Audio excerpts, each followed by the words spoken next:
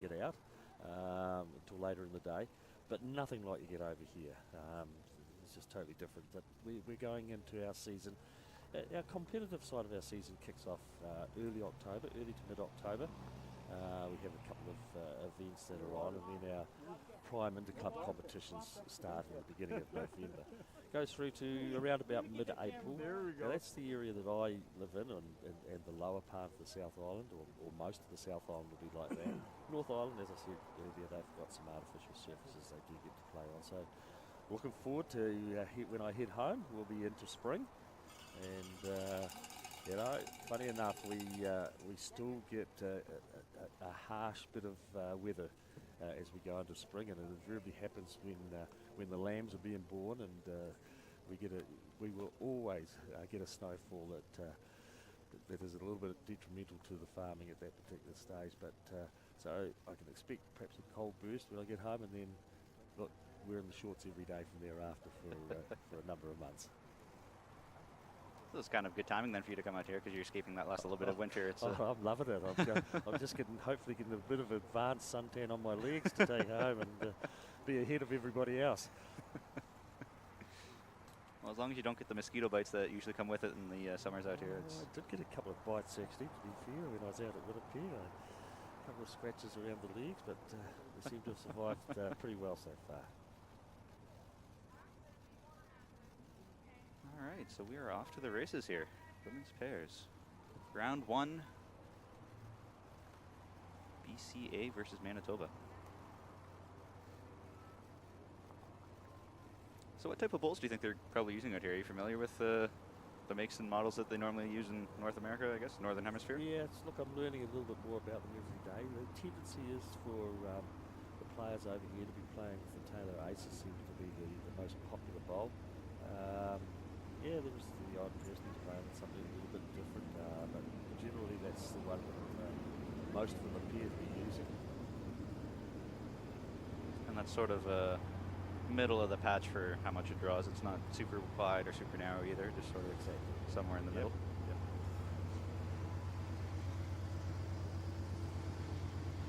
Fingers crossed you can't hear that, but behind us we do have a train track, so apologies if our audio gets a little cut out with the train behind us. And they're fairly lengthy trains as well. I just noticed when we were driving up here, they're moving a fair amount of luggage, cargo, Yeah, fair bit of containers. freight.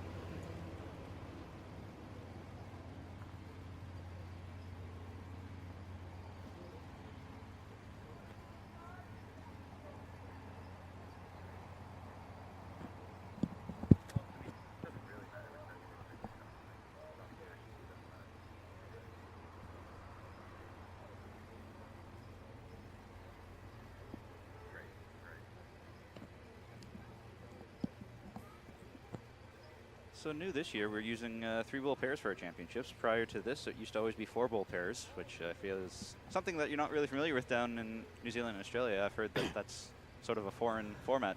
Yeah, look, we are a little bit, because a number of years ago there was 4-bowl pairs insofar as international bowls was concerned, and I'm going back into probably the 80s, 90s. They played 4-bowl pairs at World Championships and Commonwealth Games. Traditionally, we have always played 3-bowl pairs in New Zealand. We find it is the best way to play pairs. Australia had 4-bowl pairs, but they called it Aussie pairs, so that was where one player played 2, and then they changed, and it was basically 2x2x2x2. So you would be playing lead and third bowls as a fours game, and then the other person would be playing, or vice you call it over here, for the third, and then you'd have the second and skip would be playing. So 4-bowl pairs has been around a bit, but even the Australians are moving now perhaps away from the 4-bowl, or the Aussie pairs as we called it, to the 3-bowl pairs, and of course our international events such as Commonwealth Games, etc., has gone that way as well. So New Zealand led the way there insofar as the 3-bowl was concerned. It's interesting that Canada now has adopted to it, and I think it is a better game. You tended to find with the 4-bowl pairs that while the lead would be putting bowls around the jacks, that got a good, strong skip, they could, with having 4 bowls ahead, could disrupt it fairly easily. So, good tactical game, the 3 bowl pairs. So traditional Aussie pairs then, well, I don't know if I call it traditional, but the 2-2-2-2. I know up here there's been a few clubs that have been running tournaments of 2-4-2. Is that just sort of a modified version of that then? Is it modified version? I don't know if it's originated from Hong Kong, but we refer to it as the Hong Kong pairs, which is 2-4-2.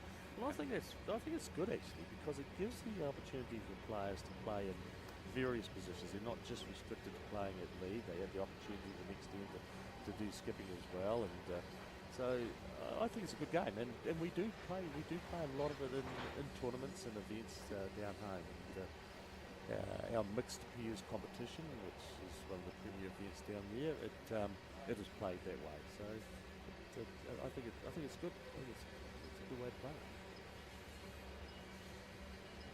Yeah, I'm a huge fan of 3 bowl pairs. I'm very happy that we switched to that this year. I agree with you that when you have 4 and 4, that it's just too easy for the skips to change things up. It almost makes the leads a little more insignificant then. Exactly. I've heard a lot of players complaining too, saying they want that 4th bowl, but I guess you could argue that it takes a little bit more skill. When you only have 3, you have to make all 3 count instead of getting that 4th crack at it. Very much so.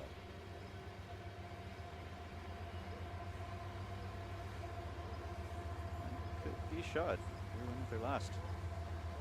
Certainly very close to it. Players are looking at it as to thinking that they will have a measure.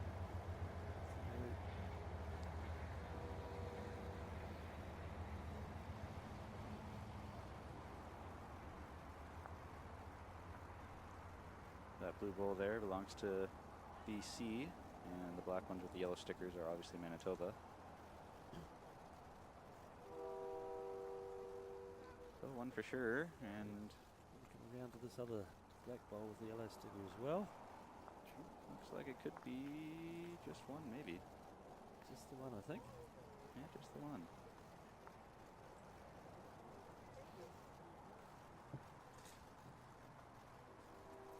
And of course, they are playing 18 ends here today. Time limit of, I think it's 2.5 hours. Yep, okay. Have to read up on the conditions of play. You can find those on our website too, bowlscanada.com under championships.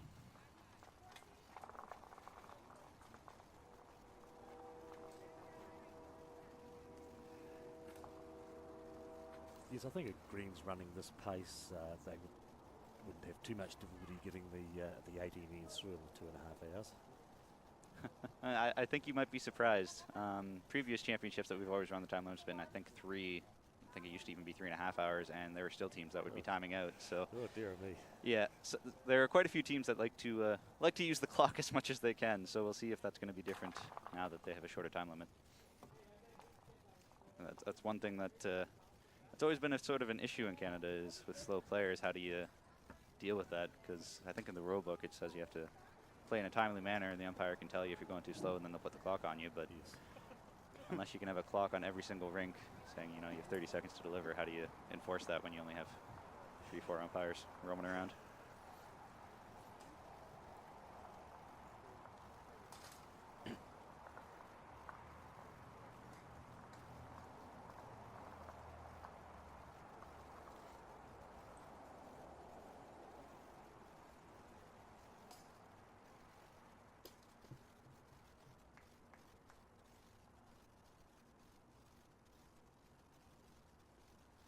First pull here from Maryland, just grazes it on its way through.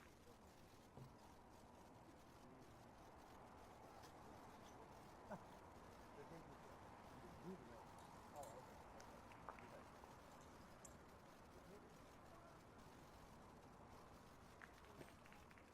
looks like the Rains figured out this length real quick. That's a beautiful opening bowl.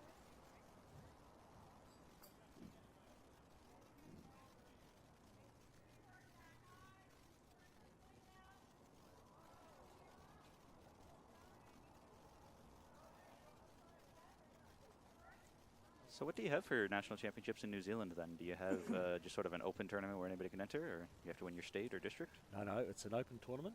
Anyone can enter, and you can play with anybody that you want to play with. You're not restricted to teams from your own area. Singles, pairs and fours are our national championships, and traditionally that has always been played through the Christmas holiday period, kicking off around about the 29th of December and going through to around about the 8th of January. We've had a change this year. It's something that I probably have not been totally in favour of. It's, we've got a new Chief Executive Officer who's come in and had looking at making changes within the sport in New Zealand, and that's not a bad thing. I mean, I don't have a difficulty with that because new minds come up with some new ideas, and the change has been made that this year they're splitting our event and only playing our singles and pairs now, which will commence on the 2nd of January through to approximately 8th of January, and then our fours are going to be played in March at a later date in March. And so I just felt that when we held the three of them together, it was great times to get back and meet up with those people as we do on a annual basis, something we don't see from one year to another. And also just it's not as expensive either as what I think it's going to be now, because if you take a person like myself, I'm going to have to travel away twice now if I want to go to the national championships. I've dug my toes in a wee bit. I'm not going to them. I may end up for the fours, but I'm certainly not going to the singles and pairs. That's being held in Auckland, which is the other end of the country from where I live, and then our fours is being held in Wellington. So the cost for me will increase. It's not the major issue. It does increase my costs insofar as flights are concerned. So look, it'll be interesting to see how it goes, and if it works, that's fine. I don't have a problem if it works, and it just. But what we do find with our national championships, predominantly supported from people living in the area where they are held, or nearby. So if they're held like they were in Dunedin last year, where I come from, the majority of entries come from that area or our neighbouring centres. And the next number of entries come primarily from the South Island, and then the ones who travel from the North Island, which is minimal. So, as I said, it'll be interesting to see how it's done, and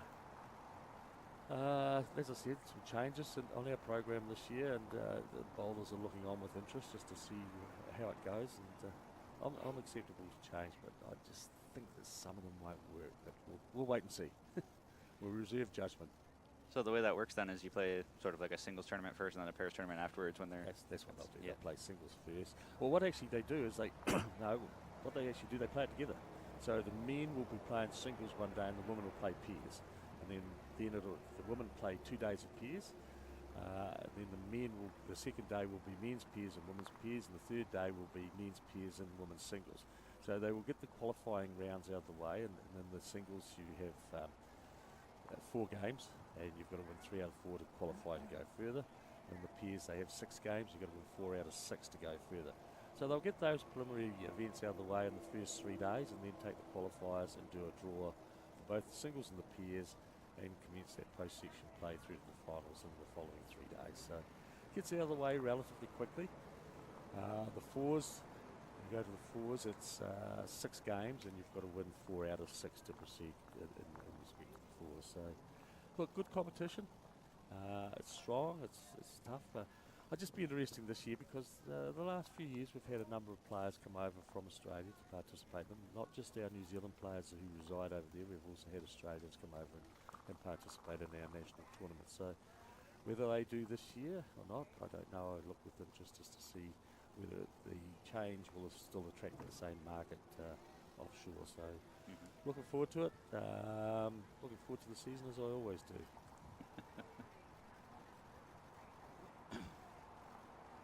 So if they have singles and pairs at the start and then just fours at the end, there is no triples. We don't have tournament at all? triples. No, we don't have a national triples event. No.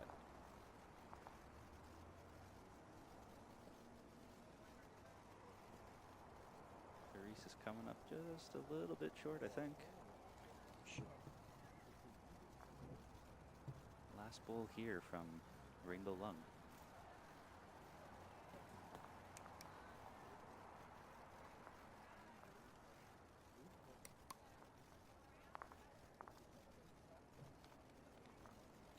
That helped her cause. I think that could be 3 for Manitoba. Yes, I think she moved her closest bowl back, which could have been, well, it would have been definitely third shot, may have been second shot, but moving it back gave the Manitoba combination and an opportunity to pick up some shots. So 3 on that end.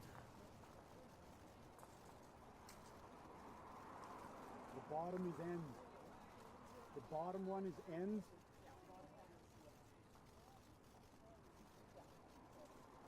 Bear with me as I attempt to update the scoreboard here.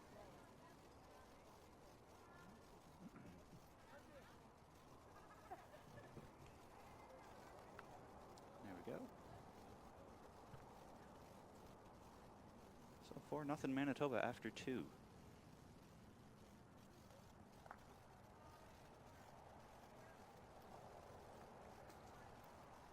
One thing that I've noticed from the past 2 years that I've been with Bowls Canada coming to these events and watching these national championships is quite often you'll see teams get off to a quick start after the first 4, 5, 6 ends, and then they'll sort of hit a lull or hit a wall, and the team that wasn't doing well for the first half end up just rolling and steamrolling for the second half. So I'm curious if we'll see that today or if we'll actually see this Manitoba team power through.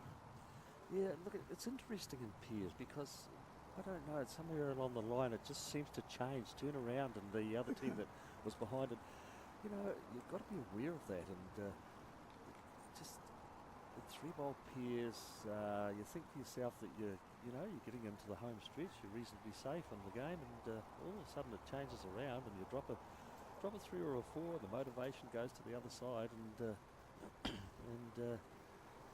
all of a sudden you're on the back foot going into the last end. Do you think green changing has anything to do with that? Because starting first thing in the morning, I don't know if they're dewy out there or anything, but I'm sure they'll warm up and heat up. And yeah, look, it can have an impact on it. I don't know, just sometimes whether we subconsciously think to ourselves that we've got a game won or something, and there's still time to go in it. At that point, I guess you might need a sports psychologist or something like that to figure out how to keep those thoughts out of your head. You're not wrong there.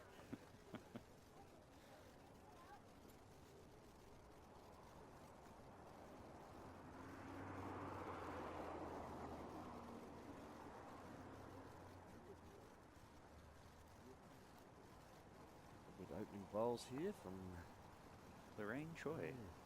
Looks like she's been playing really well as a lead starting it off here.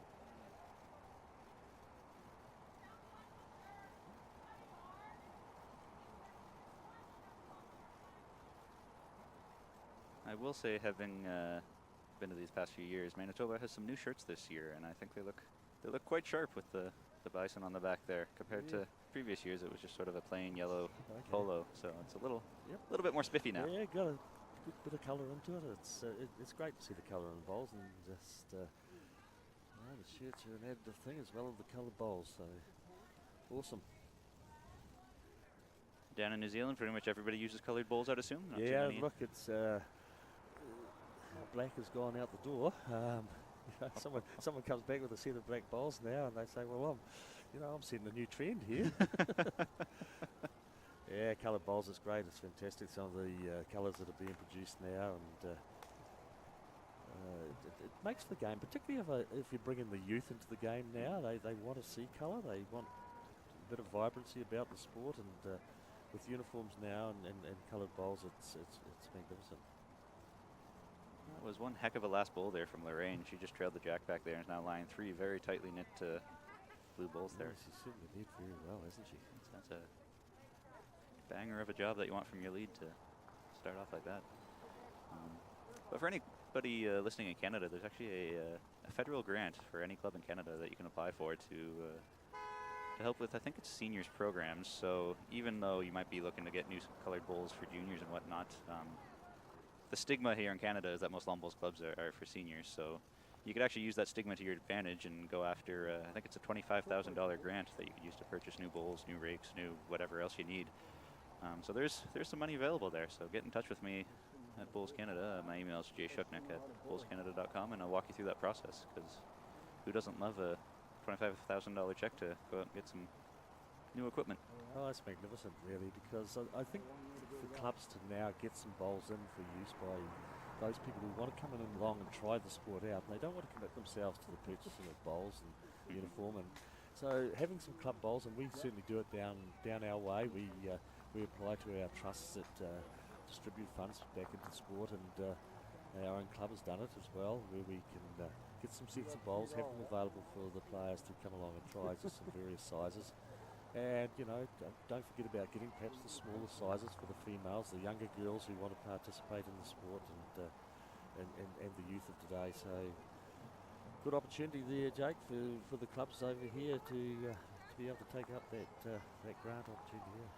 And new this year now too, they're coming out with even smaller size bowls instead of just 0-0. There's 0-0 and 0-0. There is, yes. It was just approved at the recent Bowls Council meeting. It was held at the Commonwealth Games back in May. So magnificent, as I said, for those ones who have got the small hands. There's an opportunity to participate in the sport now as well. I think it's fantastic. My only complaint is the naming. I hate 0-0 and 0-0 because that's starting to become a mouthful trying to say. Exactly. But yeah, no, I'm eager to see which bowls companies will be making those the first and the fastest. My sister's actually a distributor for, I think it's Drake's Pride, and so I asked her, hey, when are you making 0-0, 0-0? And she said, I don't think Drake's Pride is planning to anytime soon, so I'll have to wait for Henselite or Taylor, or even Arrow, I guess, to be the first one on the spot to make those. Great opportunity for those companies. Which size bowl do you use? I use a size 4. Mm-hmm.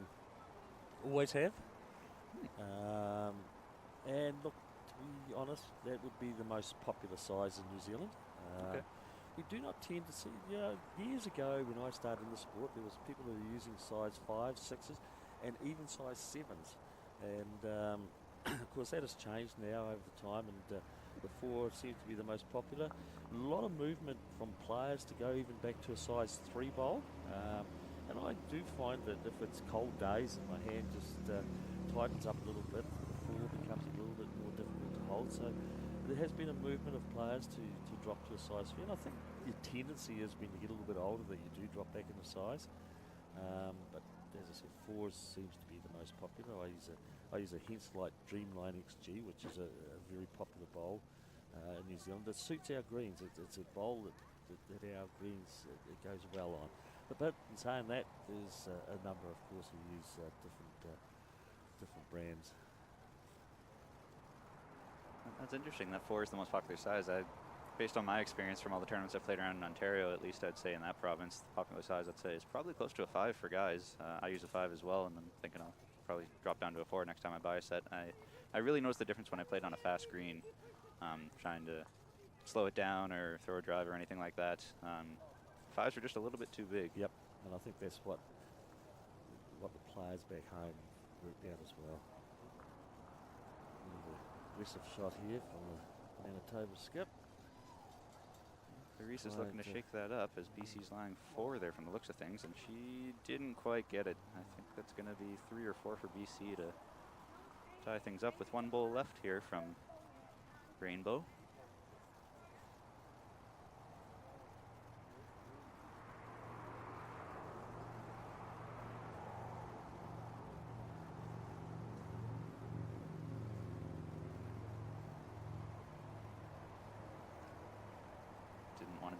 Anywhere near with that, I think.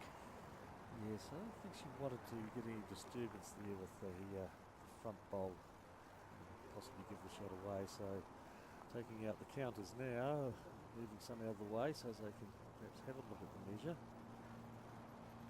Not sure if there's a whole lot there to measure. Three blue bowls there for Lorraine, yeah, which further emphasizes how good of a start she was as a lead.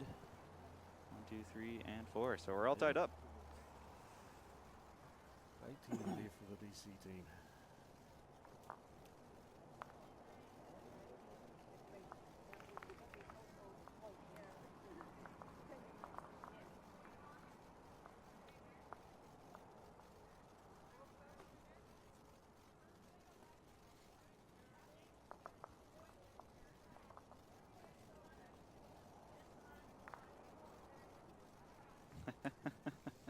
So we got Daryl Fitzgerald following us on Twitter here, and gave a quick shout out saying, what's Terry Scott's first impression of Canadian greens compared to what he's played around the world? Hashtag I wonder, hashtag be nice. Oh, look, Daryl, here, they're a challenge. They definitely are. And look, I think, as I said earlier, the green is just starting to play a little bit quicker than what it was when I first came over here. I did find that the greens at Winnipeg, they looked to be difficult to play. There was some. I will be nice because the clubs try hard to produce the best facility they possibly can have, but unfortunately some of the rinks there were very difficult, particularly the end rinks. The bowls, they just couldn't get back to the jack. They were hanging out and obviously running off at the ends. And I have noticed here at Regina, a couple of the greens at the roll off at the end. So, yep, a little bit different, but this is what it is. And sometimes those challenges can make you a stronger bowler. And when you come to playing on the good greens, particularly when we talk about good greens like Australia, if you've gone through those challenges at home, you can possibly adapt a little bit easier for you when you come to those good jacks. So, yeah, Daryl, it certainly is a new experience for me. The youth championships that were at the St. James Club in Winnipeg there, they hosted the same event exactly 10 years ago, and that was the first junior tournament I ever played in. And I was fortunate enough to win it, but at the time, their club, I think the past 6 feet around the entire deck was just pure mud, so they put tarps down. But that sort of changed strategy now because you could whip the jack or your bowl almost as hard as you could, and then it would hit the tarp and just stick in the mud and stop. So some of the juniors I was playing against would use that. They would just whip it down and then weight controls out the window for the last 6 feet, which I thought was a very strange tactic, but got to deal with the conditions you're dealt at the time. Exactly right. And as I always say to the players involved in the high performance squad, you can't control the uncontrollables. And that is something that is there, and you've just got to acknowledge it, that that's what's going to happen, and move on and play the game. Bit more of a loose head here this end coming back this way. The rain's eased off a little bit. Left the door a little wide open. Campero with the 3 balls in the previous end. She certainly is a little bit looser. However, could be shot itself. Leaving some opportunities for the skips, aren't they? Yes, they are. It looks like they've all found their line pretty much, though. That's all. Yeah, very good line. Almost a straight line there. So do you find that deliveries are completely different then for bowlers who play on New Zealand? I know that having seen Australian players before, the way they deliver compared to the way most Canadians deliver is totally different. The mechanics are just... Yes, it is, and that's simply because of the pace of the green. So it's a learning curve. It's a change of technique when they come to the Southern Hemisphere. One of the interesting things that I often see here is that we tend to lead with the left foot. We have the left foot out, if we're a right-handed bowler, we have our left foot in front of our right foot, whereas here the left foot is back behind the right foot and often just raised slightly. So it's interesting to see it. I think none of the ladies here that are playing in this game are using that technique, but particularly with some of the younger ones coming through, I tend to see that, and it would be something that if they were going down to the Southern Hemisphere, they would possibly need to look at changing. I just bringing that left foot up a little bit further on the mat. Such a simple, subtle change, but can make a world of difference.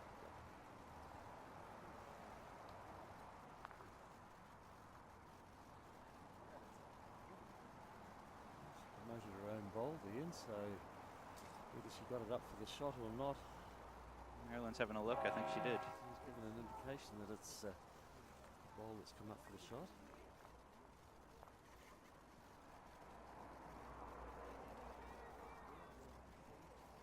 In case anybody's curious about a couple of other scores, I can see the rink next door. Also women's pairs. Alberta's up 5-1 over Ontario. And I believe that would be Alberta A, because the rink beside them is Alberta B, and they're also up, I think, 5-0 over Saskatchewan.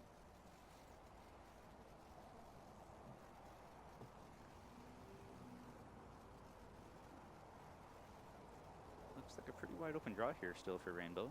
Yeah, good opportunity.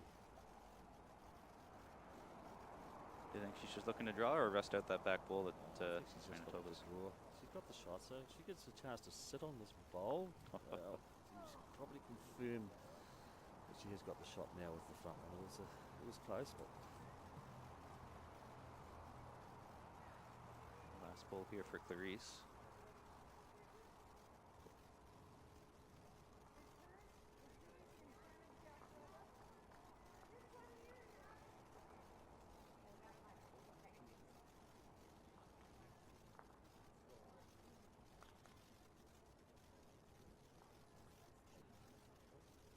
Bit of a common thing for people to put their foot out where they want your bowl to land. Is that every country does that Yeah, too? they do. Yeah, it's just giving an indication because the jack is partially hidden by the bowls that are in front.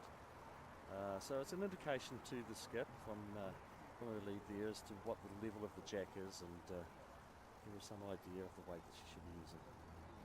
Generally, worldwide, it's a worldwide indication.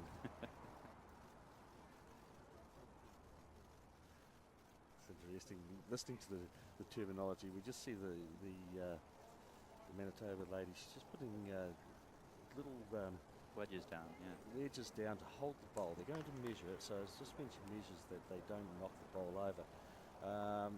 We call them chocks at home. Oh, okay. And okay.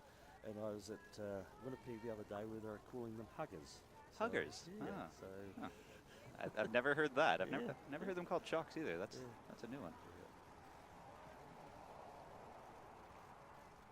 Does everybody use spray chalk down in New Zealand, or do you still have people using? look, the tendency now is to be moved to spray chalks a lot more. There are still the traditional people who get a stick of chalk out and to mark the bowls that touch the jack. But I like the spray chalk. It's just so much easier. It doesn't interfere with the bowl, whereas the possibility of chalking it with a stick of chalk can just slightly move the bowl. And if they're close and getting into a measure situation like they've just had here, it's important to not get any movement. So spray chalks are the go. I think in Australia it's compulsory. It isn't in New Zealand, but I think in Australia it's compulsory that you use spray Interesting. chalk. Interesting. Compulsory. Yeah, I'm pretty sure it is now.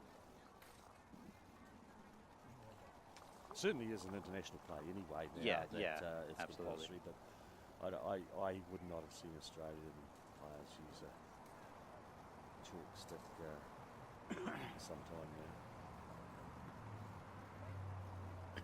One thing that I found out 2 years ago when I first started at BCB actually was how much of a pain in the butt it is to try to ship spray chalk around here, because shipping companies want to declare it as a dangerous good because it's pressurized in a can, which I didn't think anything of it because they're so small. I didn't think it was really an issue. But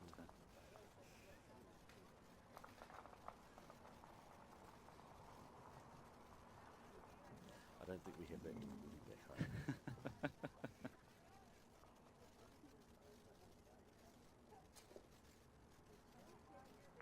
so it might just be going this direction is really Lorraine's direction of choice. Well, she certainly is nailing it, isn't she, when she's going this way? Wonder if there's a bit of a pace differential. I know that I can't tell from where I'm sitting, but I know some greens around Canada have a bit of a hill going one way, so it's uphill one way and downhill the other. So don't know if that's the case here or not.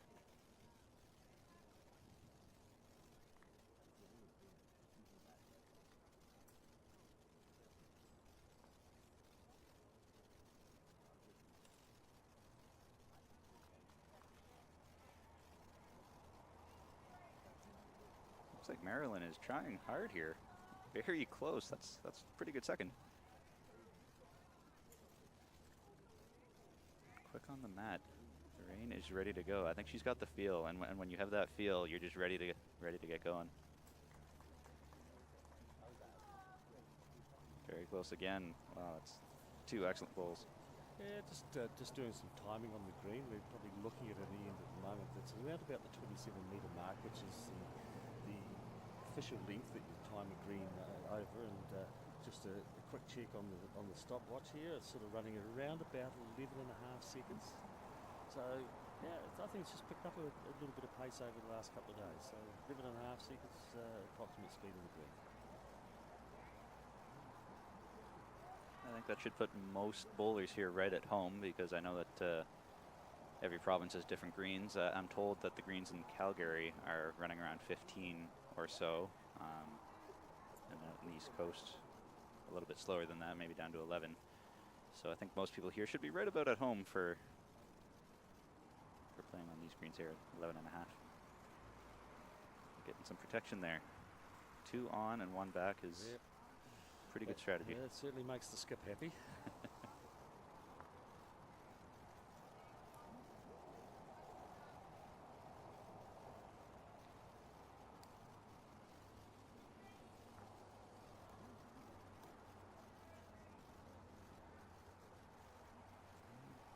Clarice is just around. I'm sorry, not Clarice. Marilyn is just behind.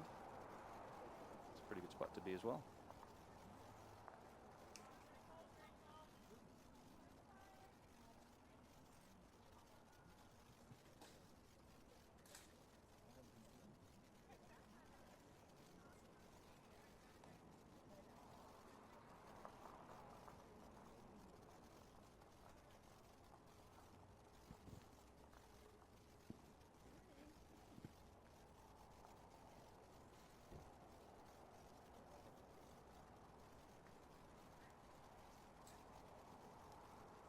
So with 2 bowls locked on there, I don't think Rainbow is going to be looking to change too much or widen that target. She's probably looking to just draw in behind and reach Marilyn's last bowl is what I would be doing. And she's just resting on front there. Wow, that's a pretty good bowl. BC holding 3. Put solid ends together in this direction.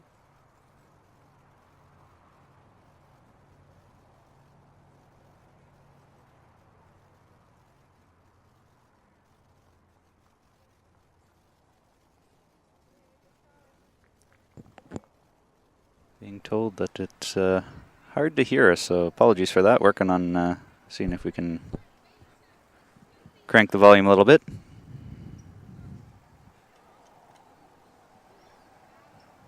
Thanks for letting us know, Jane. Please let us know if this is any better.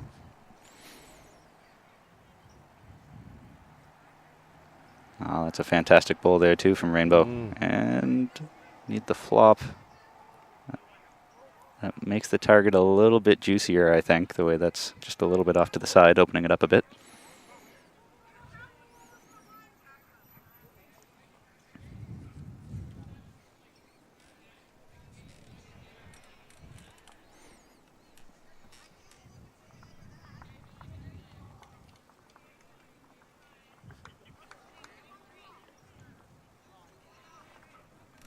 Could be in the ballpark, coming up a little bit short. Sure.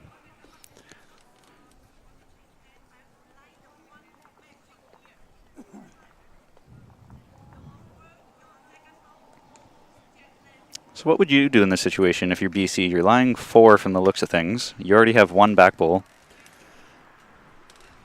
As you can see, 1, 2, 3, 4 BC bowls there. The one thing she doesn't want to do is give her an option of getting a catch there. She just doesn't want to come up a little bit short. I think from an attacking perspective that Manitoba have blocked themselves with the front one. So just carry on adding the shots in there, take the opportunity. Well, she hasn't done that, but she just might have made it a little bit harder for her opposition to get her access into that jack. The bowls come up probably a good 1.5 meters short of the jack. So problems here for Manitoba. We'll see if Clarice throws a little bit of weight into this or not. I'm not sure if she will. She's going to come down and take a look, though. I think she needs to. Yeah, I think that's a good idea. Yeah. Particularly after that last bowl went in, it just blocked the line into the jack. So go and survey the situation. So Daryl's asking us another question here. Based on all the bowls that you two have seen, what's one underrated skill players and coaches overlook when training? Underrated skill. Daryl obviously hasn't got enough work to do today.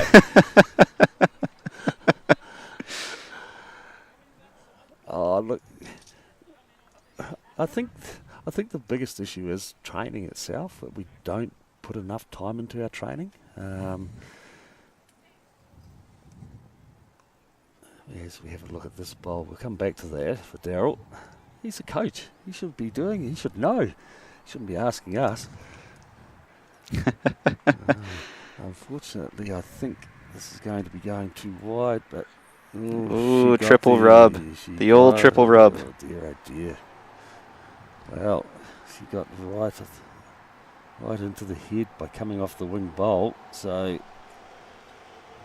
players are now having a look at the situation, saying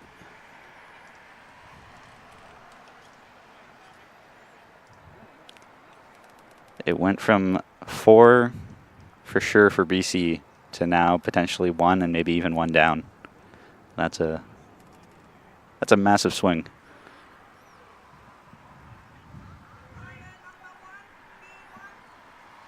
And they're calling for an umpire here to come and give a measure. I think we're going to have Gary Lawrence, the Bull Saskatchewan president, coming over to measure it out.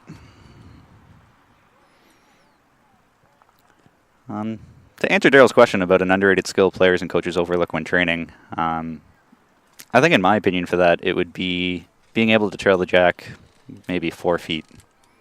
To be able to get it more than just a foot, but not quite 10, 12, all the way back, just sort of in that little in-between range. I've seen it used against me quite a few times, and if you can do that consistently, it can be quite the game changer. But I think trailing the jack is probably my weakest game point, so that's definitely something I would need to work on a little more for sure. But that's just my personal opinion on that anyway. Yeah, no, I think it's a very good point that you've made there, Jake. It is an area that a lot of training's not put into. One of the ones that I often find is not training drawing to the ditch. There's just so often, I used to, when I was younger, go through a process that at the last part of my training, I always did drawing to the ditch. So I do about 4 ends of drawing to the ditch.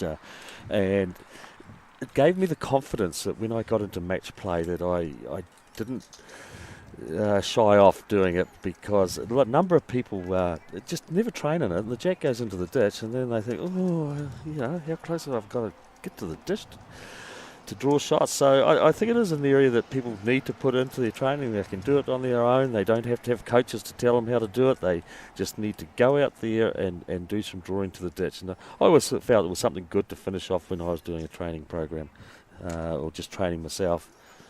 Building the confidence that you're able to do it.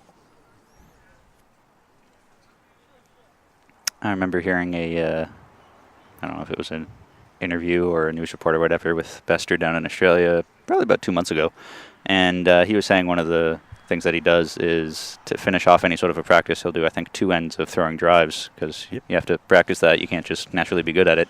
And I guess I never really thought about it, but for him to be practicing on the greens almost every day to finish off every single session with a couple ends of drives is, I think, something that most Canadians don't practice. I don't see too many that are out here practicing throwing up weight shots, but to be fair, I don't think many throw as many as Ryan does either. But yeah, well, look, it's one of his strengths, and obviously he wants to maintain it as that. So he does train at it, and often we find that people say to themselves, "Oh, I'm okay at that, so therefore I perhaps don't need to train at it." But you have to continually do it.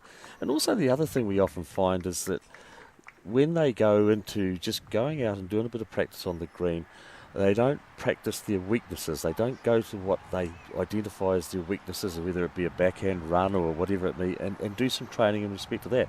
They go and do what comes to them naturally and comes to them easily. Mm-hmm. So work on those areas in your training and on your weaknesses. Build those weaknesses up and try to establish an all-round game.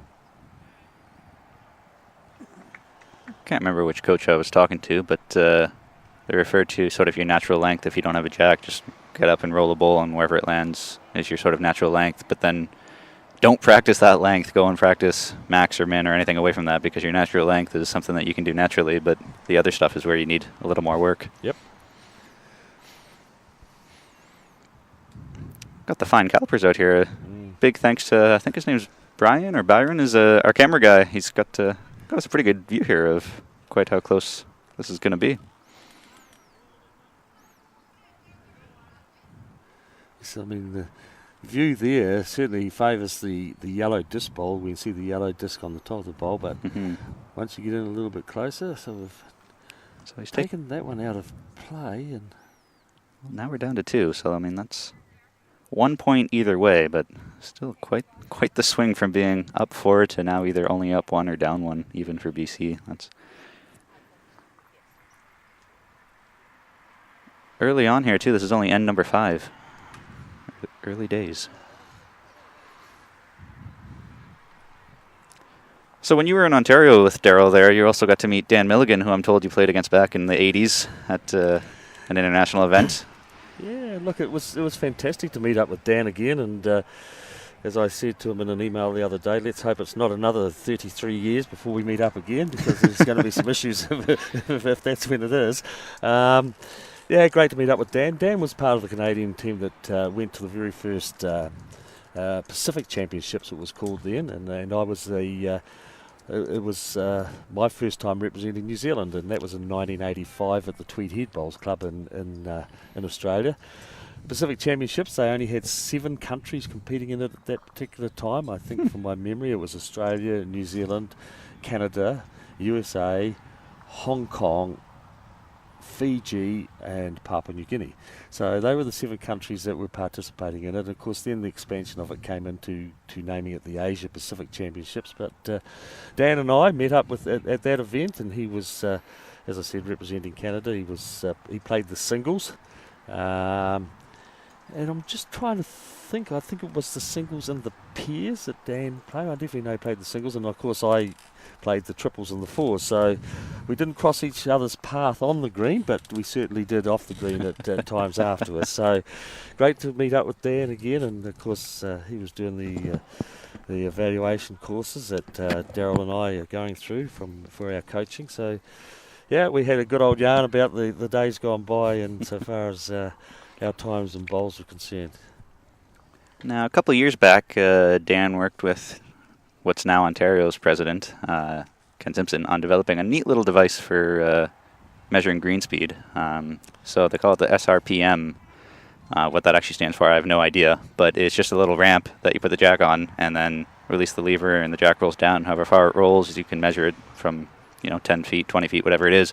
Yeah. And then that can give you more of a sort of a consistent reading for what the green speed is. And I think that's an absolutely great invention, because to ask someone to roll a bowl exactly, 90 feet or 27 meters? 27 meters to do that. I mean, not everybody can do that perfectly, and then, you might get one hand that's a little wider or narrower or heavier rink or what have you. So I thought that was an absolutely great invention. I'm curious if that'll become sort of an international standard in a few years' time, because it's hopefully he's patented it and he might make a fortune out of it. Yeah.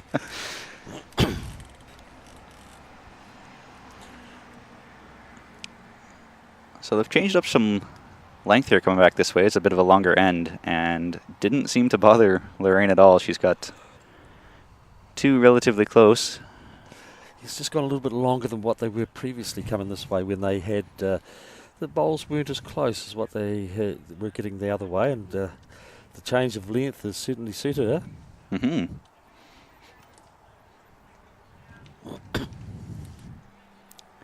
Now this is probably going to be one of the toughest bowls here for Marilyn, because when you have your first 2 coming up short, you for sure don't want to be on your last one, but the tricky part now is not to overthrow it. Too often you end up seeing 2 bowls short, and then the next one is almost in the ditch because you're trying to be extra there.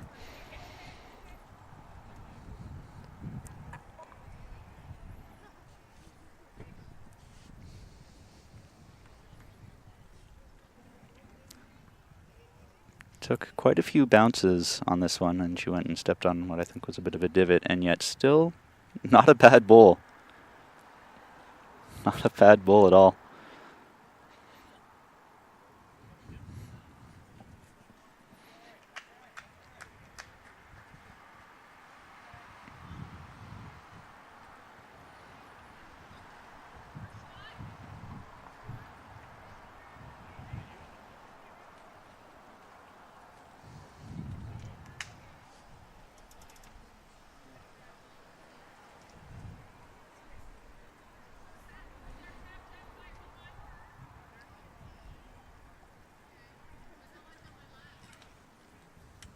So for Rainbow's first bowl here from BC, do you think she's just looking to get some protection behind, or do you think she's looking to try to keep increasing the count? It'd be interesting to see what hand she plays.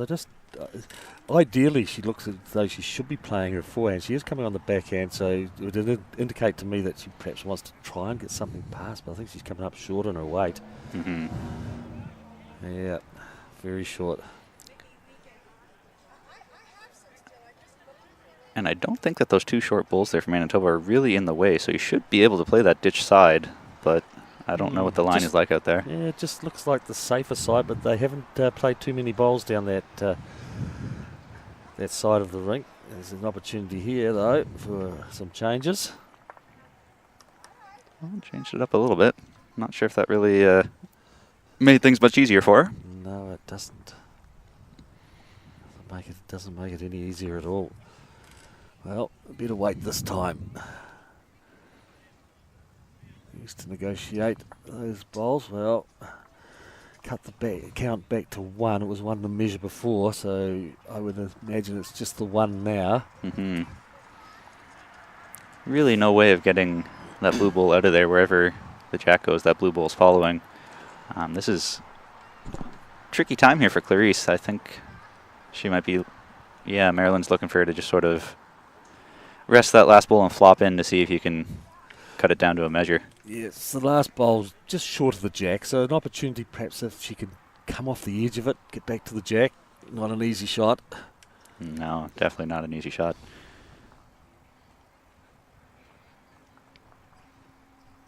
Looking at it intently anyway, so close. But she has one more to come though, so that's actually not a bad place to be. Yeah, she's got an opportunity now that she can play with some weight, because that jack will definitely go back if she makes connection with any of the bowls in front of it. Mm-hmm. I would be tempted to leave well enough alone if I were Rainbow here and maybe just also get another back bowl, try to match Clarisse's last one. I don't think I'd really want to open that up or change any angles, because the way that's looking right now, she can't really draw that off, I don't think. It's a tough shot for her, and she doesn't want to give her an opportunity, does she? No, I think I'd be content to almost take the 1 and run and just keep well enough away. But I'm a bit more of a conservative player than most, so to each their own. Yeah, sometimes we've just got to say to ourselves that we need to protect the one shot that we have got, rather than trying to be greedy and get another one and open something up for our opposition. So, you know, we're better to be scoring one real good shot, rather than, as I say, giving an opportunity to our opposition to score. And at the moment, it's going to be difficult for them.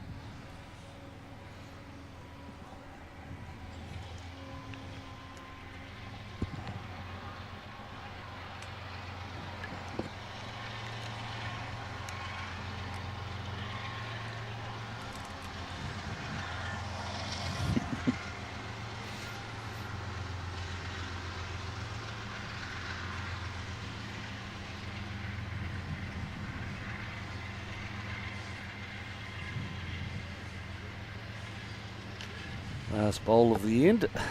That looks well wide to me. It does look wide. So that'll be 1 blue. I don't know if they're going to try to measure that second one. They're looking, but I don't think that's... I think they might be just looking in hope. To me, it certainly looks as though it's just the one shot. Well, they're going to put a tape to it anyway.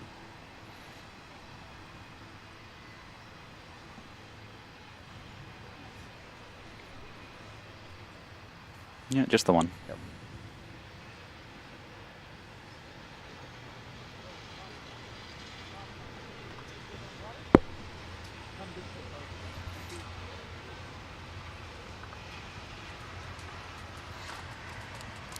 Seven 4 after 6, so we're a third of the way there.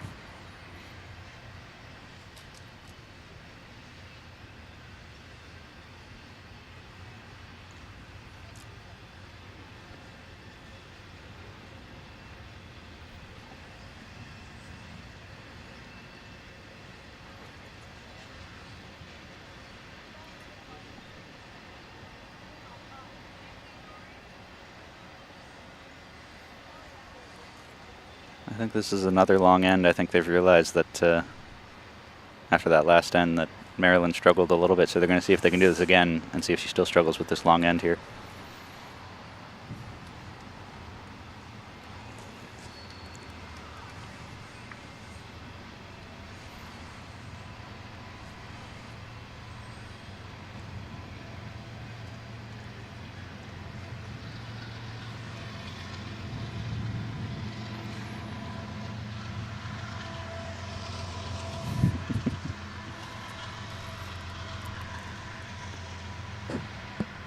Do you find it intimidating at all to be on the TV rink? Does that get into your head? Oh, I don't think so. I think you just got to put it aside and just treat it as another game of bowls. It's some people, yeah, look, some people don't like it. I think I think when there's cameras on the green, it becomes a little bit more intimidating, and particularly overhead cameras that are the long jibs are swinging around, and some players find that a little bit distracting. Tends at times to pick up also the shadows of the jibs, and so it can be a little bit distracting. But look, if we want to promote our sport, you've got to learn to accept it, and that's a fact of life now. I think you guys are doing a fantastic job doing this now through your websites. It's certainly something that we at home in New Zealand could look at. We do. There is a considerable amount of streaming being done these days now, but getting it on through your website, I think it's magnificent of what you're able to do. So let's hope it can continue and we can see more of it as so far as bowls is concerned. It's we need the publicity out there of our sport, and we're challenging now the other sports that tend to get a little bit more free to air time than what our sport does. So we've just got to learn to accept that we're playing on the TV ring. That there is going to be a little bit of an intrusion from cameras and commentators.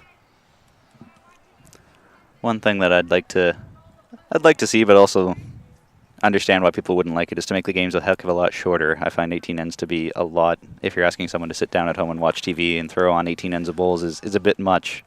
But from a player standpoint, the longer the better. As far as I'm concerned, I'll have to be out there and play a good long game of bowls. But television-wise, it can be, I don't want to say long, but if you end up having a one-sided affair, then not the greatest TV does it make. Yeah, look, I tend to agree with you there, Jake. I mean, as you say, from a playing perspective, you'd like to have the 18 ends, but I think from a viewer's perspective, we need to create a lot more short format games, and that's been done now.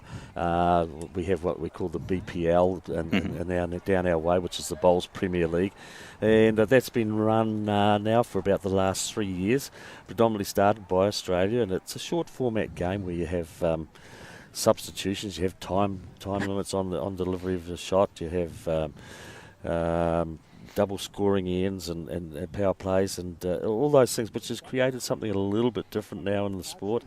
And I know that there's moves to create more competitions down our way. Mark Casey is from Australia, former international Australia, is looking at a venture which will certainly be a quicker pace game as well. So from a viewer's perspective, it's fantastic. And to be honest, I think the bowlers are starting to accept it a lot more now, particularly that BPL event. It's fantastic. And for those people sitting at home, I think a game of 18 ends, it does become a little bit hard work. You certainly have plenty of time to go off and put the jug on for a cup of tea and and make some sandwiches, etc. for yourself. But so we just do need to shorten it and make it a little bit more vibrant for the spectator. The BPL, it's 8 end games, I think, if I'm not mistaken, or something around there. Let me think about it. Yeah, I'll come back to you on that. There's 5 end games. 5 ends, I think. 5 ends, even shorter. Yep, and then you have the tie-break end. Right. Yeah, so it's quick. It's over in about the game is over in around about 50 minutes, 45 minutes, and it's almost similar to curling, which is getting quite popular over here in Canada. They play between 8 ends or 10 ends of curling, and it can get pretty intense. But I think the BPL is actually a little bit more vibrant, the way you have power play ends and substitutions and stuff like that. That's a very dynamic forward way of thinking that I would love to see more countries. Look, it'd be great. It'd be great if there could be more countries come on board. And it's been fantastic for New Zealand bowls. The last BPL was run at that new complex that I mentioned in Wellington, the indoor complex, and it previously had been held in Auckland. So it's look, it just creates a great atmosphere within the club, in the environment where it's being run, and the spectators get behind it, and have their respective teams that they're cheering on. So it's great, yeah. That's also something that's, I wouldn't say dominantly New Zealand and Australian, but having teams. That's something up here where we're sort of at this event. Obviously, you're representing your province or your area, but some of the team names are a little interesting. You've got gorillas and sharks and everything else, right? So it's adds a little bit more fun to it too. Yeah, certainly so. And when you're seeing people, your triples combination has been made up of virtually totally international players, and so you're seeing the players, the likes of Ryan Bester, obviously, who plays for the Moama-based team in Australia. But when you think about Jeremy Henry, who represented Ireland previously, Alex Marshall was participating in it. You got now, of course, you have to have a female in your team. Originally, when it started out, you didn't have to, but though New Zealand did adopt that policy right from the start, insofar as their team was concerned. So, Jo Edwards, who of course has done back-to-back gold medals at Commonwealth Games, she's predominantly been the New Zealand player that's New Zealand women's player in the team. But look, Kelsey Cottrell and Lindsay Clark, Ellen Ryan, of course, she plays with in the same team as Ryan Bester. They've all represented their countries at some level of bowl, so the quality of play is outstanding.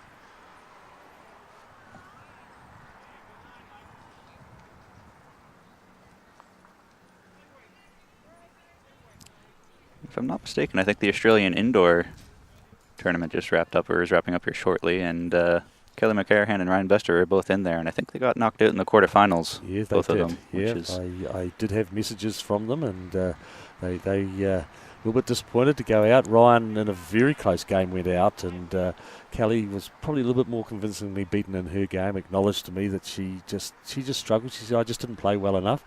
Wrapped up last night, I think, that event. So Aaron Tays from the Rawilla Club, he took out the men's event, and I think from my memory, Rebecca Van Aish won the women's event. So she's had a fantastic season this year in Australia bowls. She's been quite a dominant force insofar as the women's bowls in Australia is concerned. Since I actually work for the office of Bowls Canada here, I'm on the Bowls Australia website frequently and trying to keep in the loop for all things international bowls related. So the names that you're saying to me are well known. I know all about them, but folks at home who may not be as familiar with international players, feel free to go Google them or look them up. But they're up-and-coming stars down in Australia. If I'm not mistaken, I think both of them are on the national team for Australia. Just got named to that not too long ago. Yes, they have some pretty good programs down there. We get a little bit jealous of it because they've got some good depth over there. They're, I think it was evidence when they had we had the recent multi-nation event in Wales where they didn't send a number of their top players, but they were still dominant in respect to that competition. So they have good programs for the development of their players. I'm not saying that they're without issues as well. They have their own issues within some of their clubs, and like a lot of clubs throughout the world, struggling for membership. They have got clubs that have closed down, and so they're no different to what we are in New Zealand. We've had a number of clubs that have closed over recent years, and look, New Zealand had 650 bowls clubs. At one stage, and that's a lot of bowls clubs. Yeah, I mean, wow. And I think it's down under it's under the 600 now, but still, if you're talking 550, 560 odd bowls clubs in New Zealand, it's a huge number of bowls clubs. And I relate to my own district where I live, in my own city, the city of Dunedin. We've got a lot of smaller clubs on the periphery, and look, they're clubs that provide a facility for that little community that's living out there. It's the ones that are what we call living down the bays or something, which is 10 or 15 kilometres out of the city, and they provide a facility there which I think is great.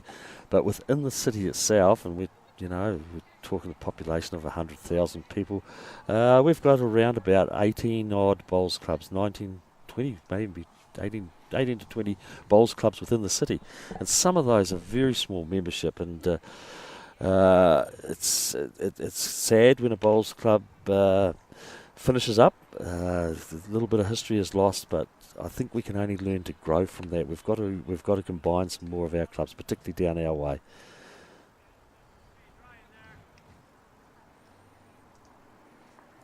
That's a huge amount of numbers. I'm just thinking here in Canada, I think we have around 230, 250, something like that for clubs across the whole country. And you've got more than that just in New Zealand. A small little radius. Yes. Just in half of New Zealand is able to match that pretty much. That's right.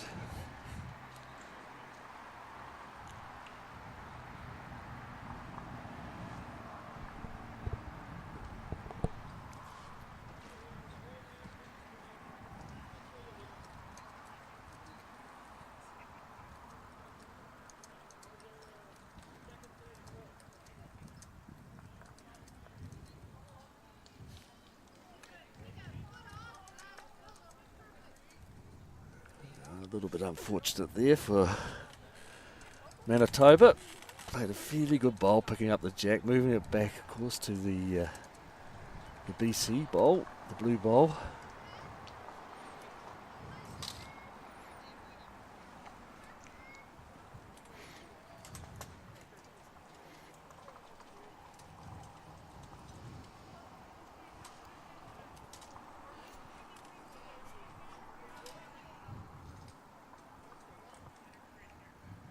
Even though the weight might be a little all over the place, getting the line isn't too No. bad. I'm wondering if there's a bit of a channel that just sort of brings it right back to the center line.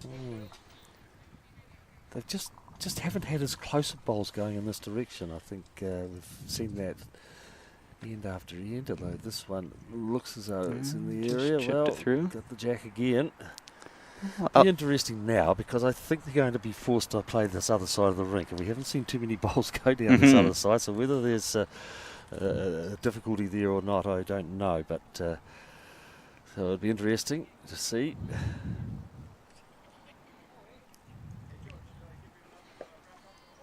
You can see right in front of us here on the booth, I don't know if you can see that on TV, but it looks like there's a little bit of a dark patch here where they're struggling to get some grass growing. So I'm curious if that's going to have any sort of effect as the bowl's coming in. I think it might just be far enough away that it won't matter too much, but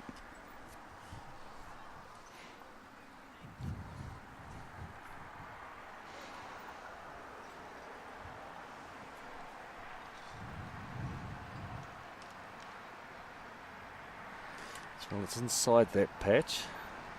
Well, seemed to run pretty well down that side, so it was just a weight adjustment now needed.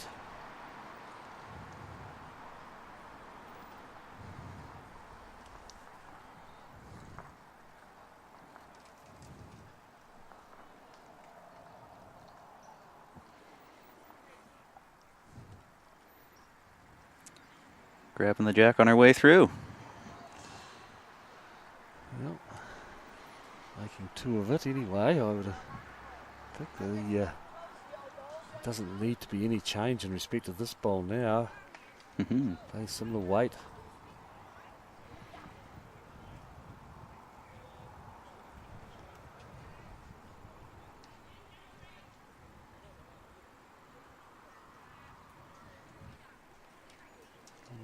She's cut the green. I think she's cut the weight quite a bit too. Yeah, exactly. It's It's a poor effort, really. She just didn't need to change anything from her previous bowl. a whoops. Need a redo.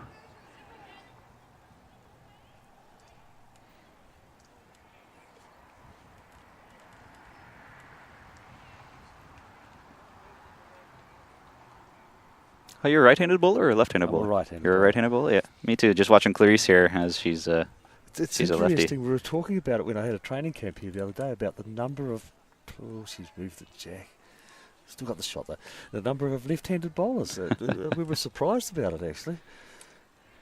Yeah, it is kind of surprising how many that I've seen, at least at this level anyway, that are lefties. And I find it,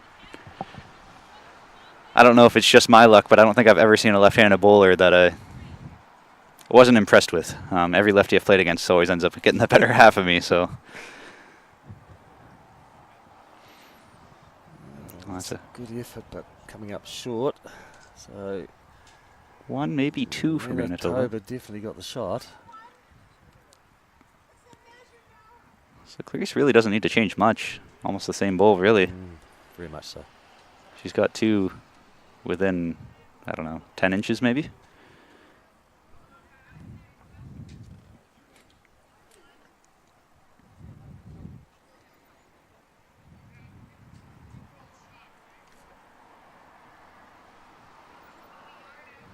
And I think she's coming up a little bit scared on this one. She was playing that a little bit gingerly, knowing that the movement of the jack wasn't going to help her situation, so they've taken the one bowl out and measuring for the second shot.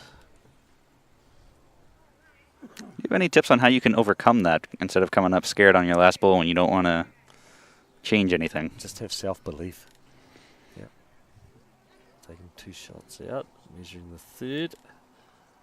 Not quite there. Two. Two will do. it's just interesting. I watch the different indications that the players give as to when they get the shots. And noticing it at the youth championships from the markers the other day, how they tap their shoulder twice for 2 shots, and if they're down, they tap their leg twice for 2 shots down, and that. Whereas we tend to call the number 2 down, or we signal it with our fingers that we're 2 down, and so it's just different parts of the world how we have different little antics or ways of communicating things. So, I'd have a sore leg at the end of the day, knocking it for the number of shots I'm down.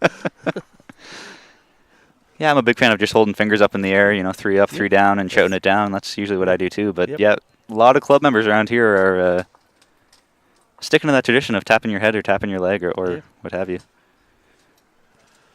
Well, Manitoba tried to look at a change of length then, pulled the mat up a little bit and going for a shorter end, but unfortunately the jack went outside the rink boundaries. So opportunity here for BC to go back to the longer end, which they have been dominating most occasions.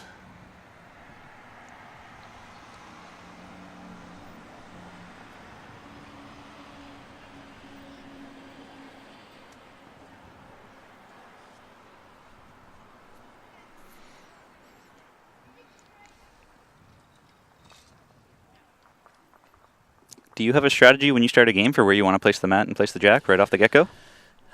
Generally, we if I'm playing pairs, we just have a look at where we want to kick off. Our greens down our way were some of the earliest greens in New Zealand to be established, so they are generally only about 34 metres long. They're not 33 metres long. We've got a couple shorter than that.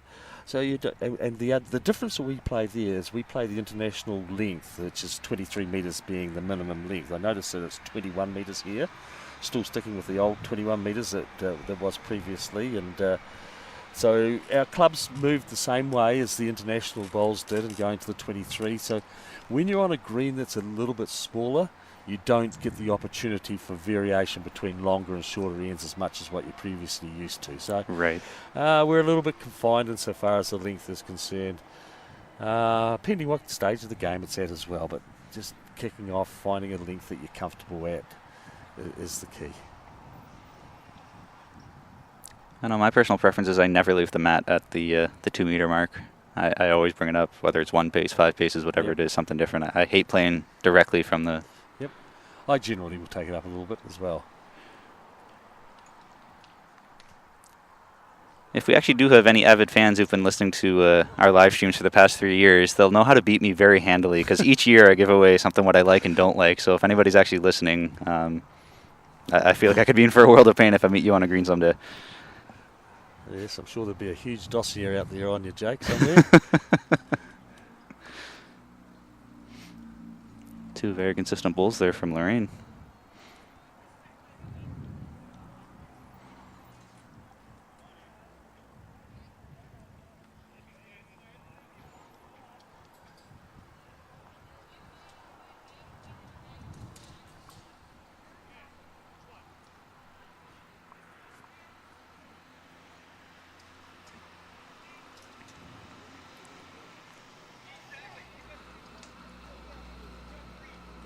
Coming up clutch there.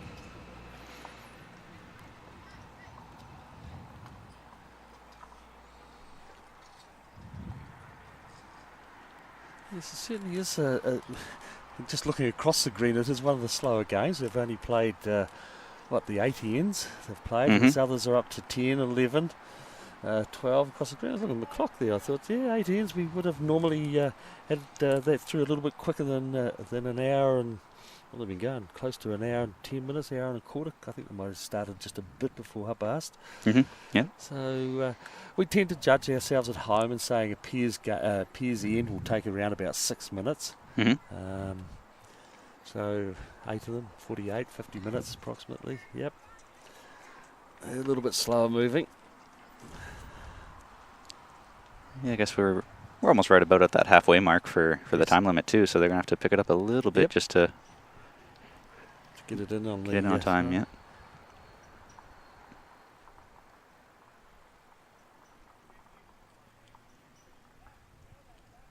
How do you deal with tie-breaking procedures down in New Zealand? Do you do it on paper, or do you have tiebreaker matches on the green?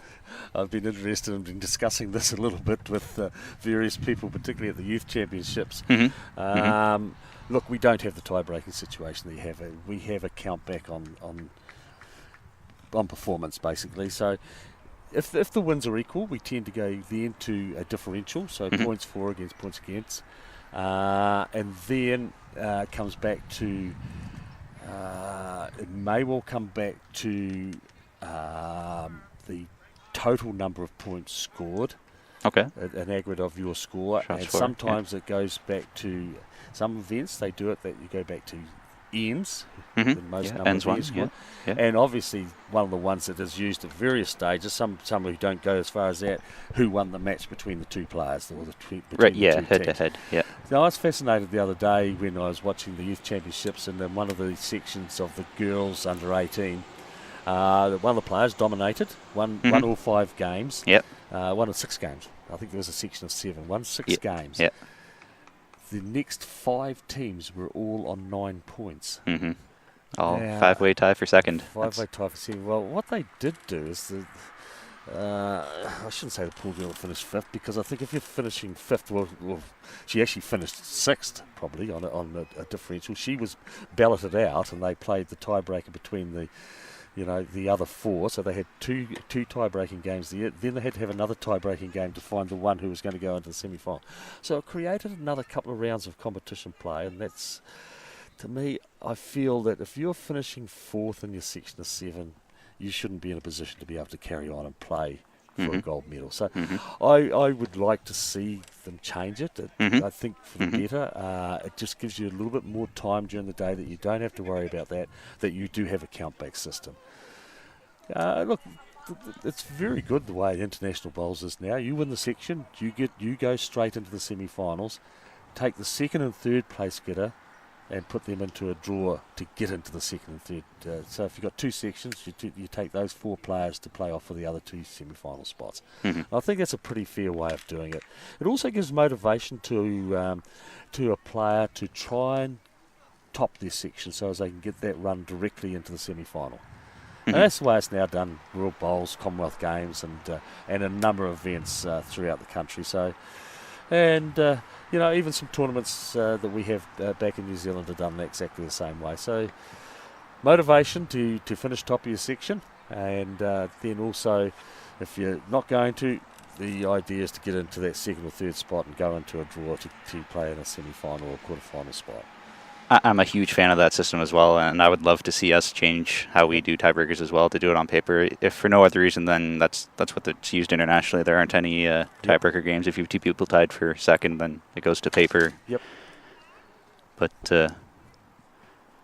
apparently all the Canadian bowlers here love to have the chance to play a tiebreaker on the green. Nobody likes to lose on paper, which I can understand. But personally speaking, I would just love to get back to not having extra rounds or 2 extra rounds or 3 extra rounds of breaking ties on the green. And it just can create an overload on your program for the day and put pressure on your program getting it through. We were at the green there in Winnipeg at the St James Green, and look, play was going through until well into the evening. 8:30 at night they were still playing. I felt sorry for some of them. It was a pretty long day. It's a pretty long day for me watching as well. So look, it is something that I think they seriously need to consider.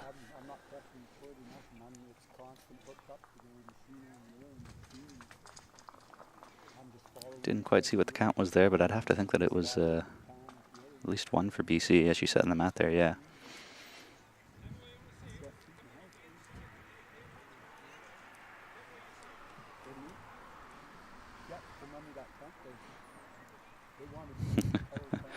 So Daryl was listening and said he's compiled a document for use at WOBA Week, but we've yet to play each other, number 2, for How to Beat Me, because he listens to all the streams too. So he's talking about WOBA Week is a 3-day men's tournament that I play in every year, and that's the one tournament a year I do now. Since I've started working at bowls, I've more or less given up bowling for the most part. So WOBA is my one kick at the can for the year. Haven't done very well naturally, because when you don't play, you're not expecting to be the best person there. But great fun, great competition, and it's at Darrell's home club there, Heritage in Kitchener. Yeah, I've heard a lot about the event and talked to Ryan Stadnick. I think he's involved as well in the organisational side. So sounds like a great event. I might have to look and see if I can get over to it one year. I need to get a bigger sponsorship that might be able to fund me to get there. Yes. Well, you said you didn't have a problem with the jet lag or anything, so we might just start traveling you back and forth non-stop throughout the year to... Exactly.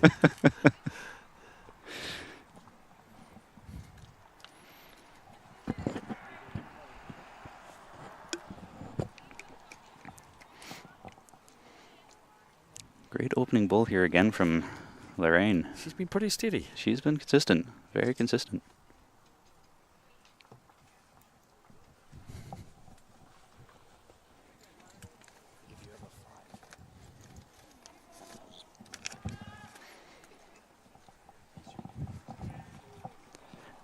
In case anybody is listening that's in the area, we've got clothes for sale. Got Matt and Anna running our little boutique down in the corner there, selling all our BCB gear. So we got t-shirts, sweaters, all the BCB branded gear. So I think we try to get 1 or 2 new items every year. So there's always something new to get you coming back to take a look.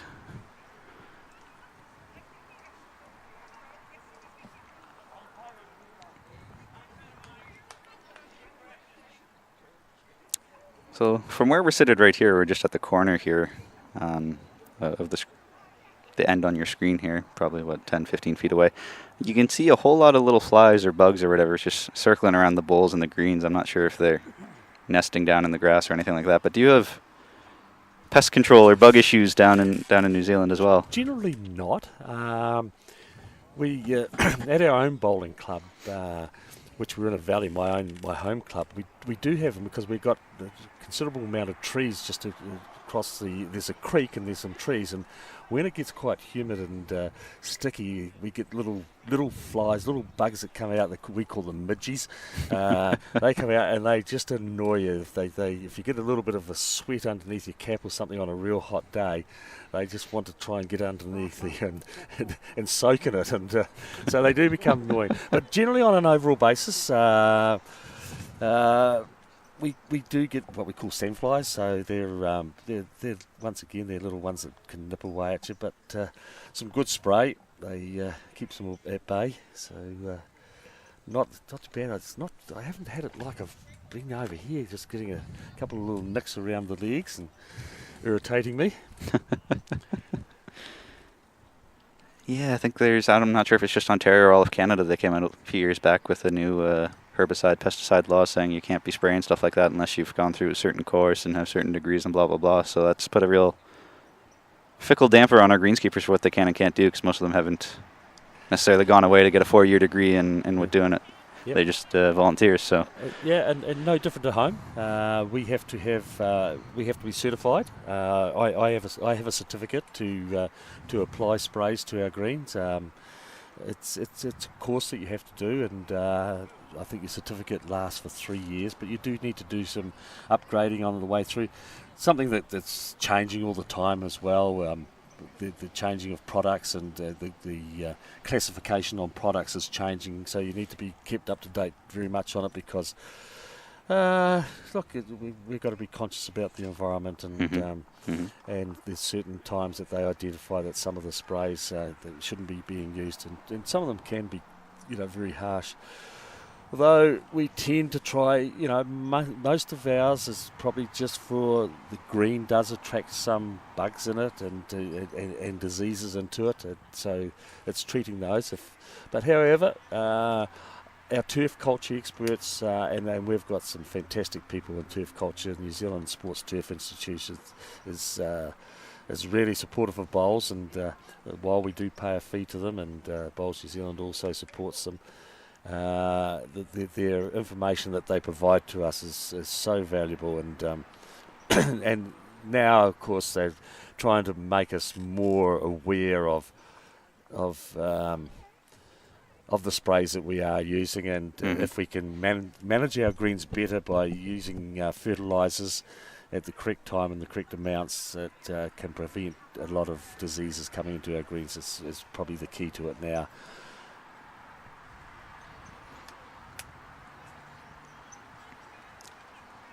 That last bowl there by Clarice didn't help a whole lot. I think it's still BC's line 2 right now from the looks of things. Certainly looks like it. Rainbow's coming up quite short on that last one there. I'm not sure what she was trying to do, if she was just trying to cut off the draw or if she was... I think she was probably looking to try and get another bowl up there, but has created a little bit of problem for her opposing team.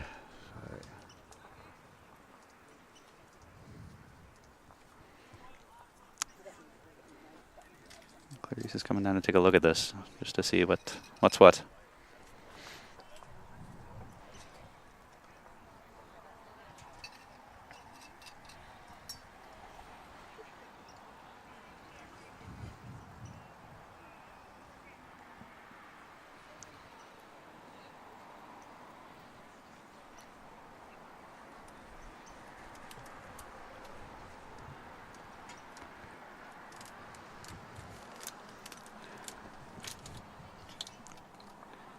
And as always, if you want to get in touch with us, reach out to us on Facebook or Twitter at BCB Bowls.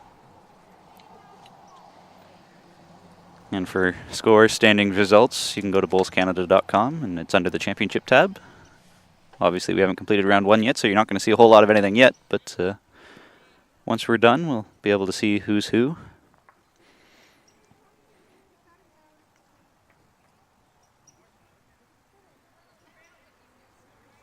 So I don't actually know the streaming schedule for the week yet. I do know that we're going to be on this rink when they play this direction for the whole week, which is rink B1. But when they switch directions, I don't know if that's going to be B6 or B1 down at the other end that we're going to be streaming. It'll be one of the two, but I don't know their numbering yet. So stay tuned and we'll let you know.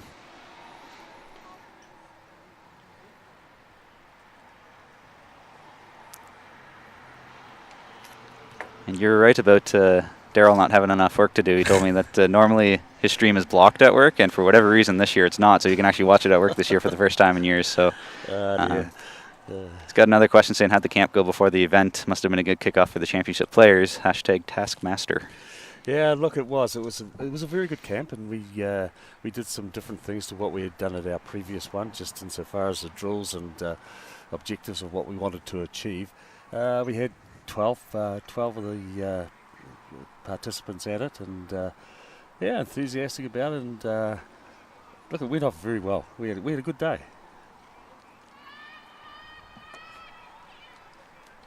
So in case folks are wondering about it, it was, I believe, open to anybody who actually applied for our national team to attend. So anyone who actually applied to be on one of our senior squads or development squads, or maybe even youth development squad, I'm not sure. Yep. Got the invite saying, hey, come on out and have a good day before the event gets going. And you also ran a camp in Winnipeg with all the youth players there too. That was great. I mean, when you got 41 people that you're trying to accommodate, and look, I had some great help, of course, from Jean Rainey, who's involved, of course, at the high performance side of Bowls Canada, and also from Derek Dillon, who from Alberta. Good old Australian. There's been a bit of banter between Derek and myself. Of course, our national rugby team, the All Blacks, cleaned them up the other night, the Australian national rugby team, and they play again this Saturday night. So it's great to have an Australian around and give them a bit of ribbing when those events happen. And they assisted on that day, and the youth just embraced it. They loved it, and even after we'd finished the camp, they were still hanging around and doing a couple of the drills and learning a little bit more, and that's what it's about, and taking that opportunity. So, yeah, it was just a mini one. It was 3 hours it went for, and I think it went off very well. Yeah, that's never an easy thing when you have 41 people, because they're ranging in ages and skills as well, so you don't know what you're getting into. Yeah, it's just a matter of creating something that's interesting for them, and don't have them going at the same thing too long. You've got to move them around, because, like, they just get a little bit bored, and they say, I want to have a go at something else. And so you've got to keep them motivated. So moving them around is the key to it. And whenever you're running a training day, if you're a club coach or whatever, try to give some variety and don't leave them on the same thing too long. It's a tendency, not just at that level, but a tendency at at international level as well, where the players want to get in and have some match play, and that's not what it's always about.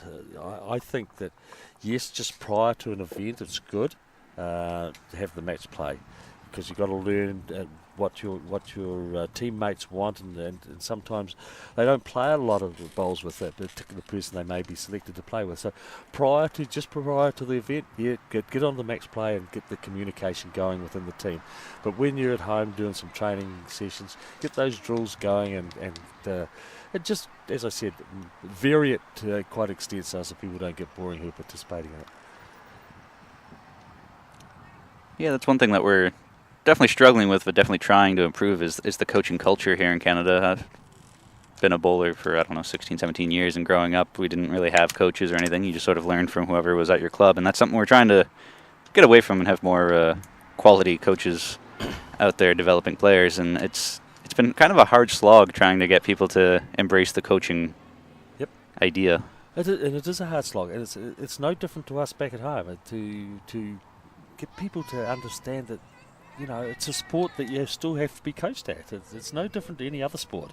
We don't go along and play our cricket match or our tennis matches or whatever it is without having a coach if we want to be successful. Mm-hmm. So trying to get people to understand, and as you say, Jake, you probably didn't have a lot of it. I had none. I had no coaching in the years that I was brought up in the sport. All I had was my father who helped me out. But they didn't have people that were qualified in coaching, and it's no different in New Zealand that we're going through that process of continually trying to develop more coaches in the country, and so it's something that's needed, and it's a hard slog, as you say. Mm-hmm. And people are also giving up their voluntary time to Mm-hmm. do it. Mm-hmm.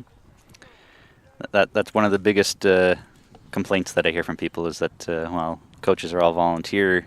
Not many of them are going to want to give up hours and hours of their time. And so that's something that a big picture goal for me then would to start getting into more paid coaches at the club level to, make it a little more inviting for the coaches to want to progress and take more training and become better. But not quite sure if we're there yet here in Canada. That might be a 5 years down the road type of plan. Couldn't agree with you more.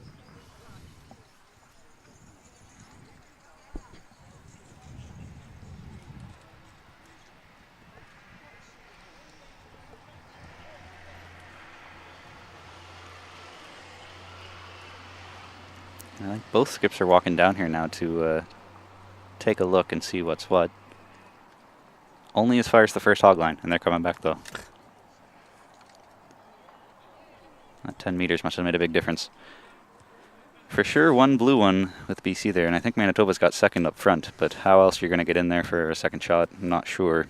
I would think that Clarice from Manitoba just needs to roll that short bowl over once or twice. The players just need to go up. As you can see, the head is in amongst the shadows there, and probably just a little bit more difficult for them from this end to get a perspective of how far the bowls are away. So take the opportunity to go and have a look.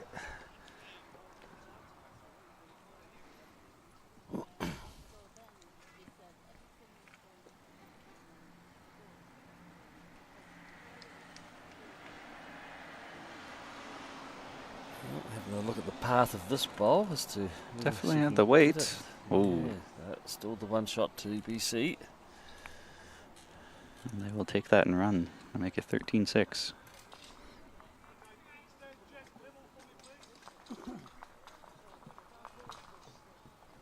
Not sure if you heard that, but behind us on rink C, or deck C, I guess, there is a New Zealander who plays out of Ontario, Gary Pickering. He's actually a professor at the university I went to, Brock University, and he teaches, I think it's winology or something like that, the art of making wine. And he's got a very nice accent as well, which goes hand in hand with yours. Yeah, look, I was talking to Gary earlier on and caught up with him. He was not totally aware of it, but Gary's father, I used to play bowls against Gary's father. and he was from Dunedin, or a little town out of Dunedin, which is called Outram. It's a small little country club, and look, a fantastic little place to go out to. You get fed magnificently well when you're out there in a tournament. And his father played there, Mal Pickering, and so Gary wasn't actually aware that I played against his father. So it was a good catch up we had this morning prior to bowls. Small world, isn't it? Yes, yes, it is.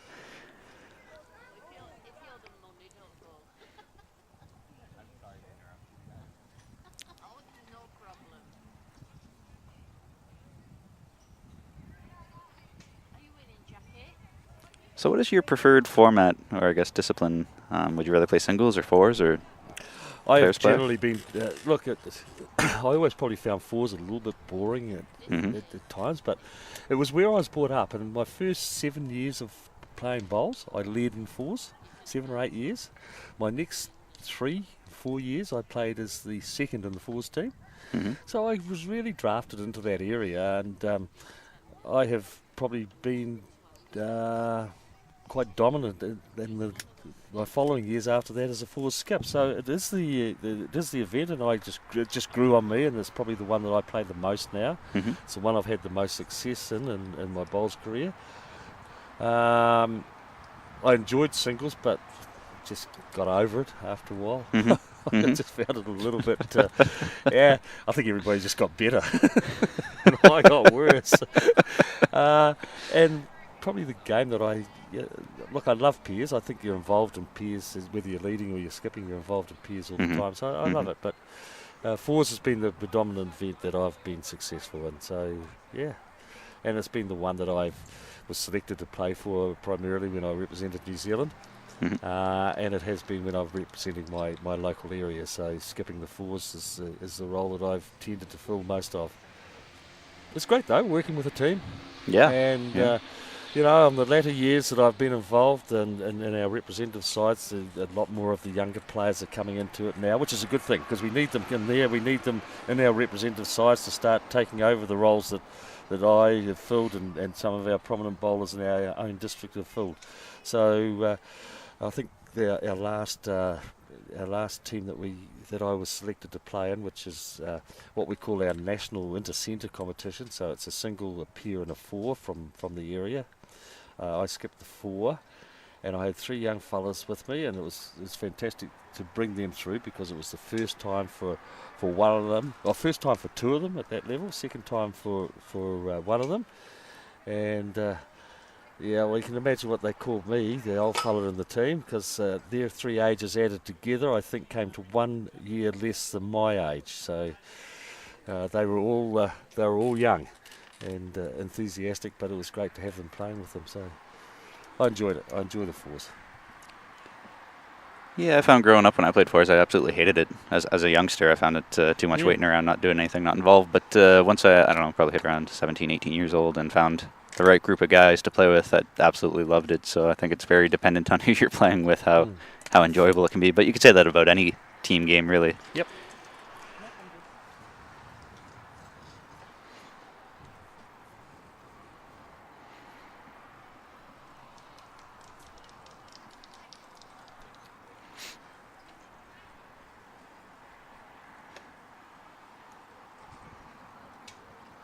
I think we need to recognise this game here, the importance of the lead in pairs, and I think we've definitely seen it in this game here. Time after time, BC has had bowls on the head, and it's given the opportunity for the skip to play to the head if there's movement of the jack, there's generally a bowl past it. So if you look at the score, the reason why this team from British Columbia are leading is from the lead. She's setting it up, and it's putting all sorts of pressure on Manitoba.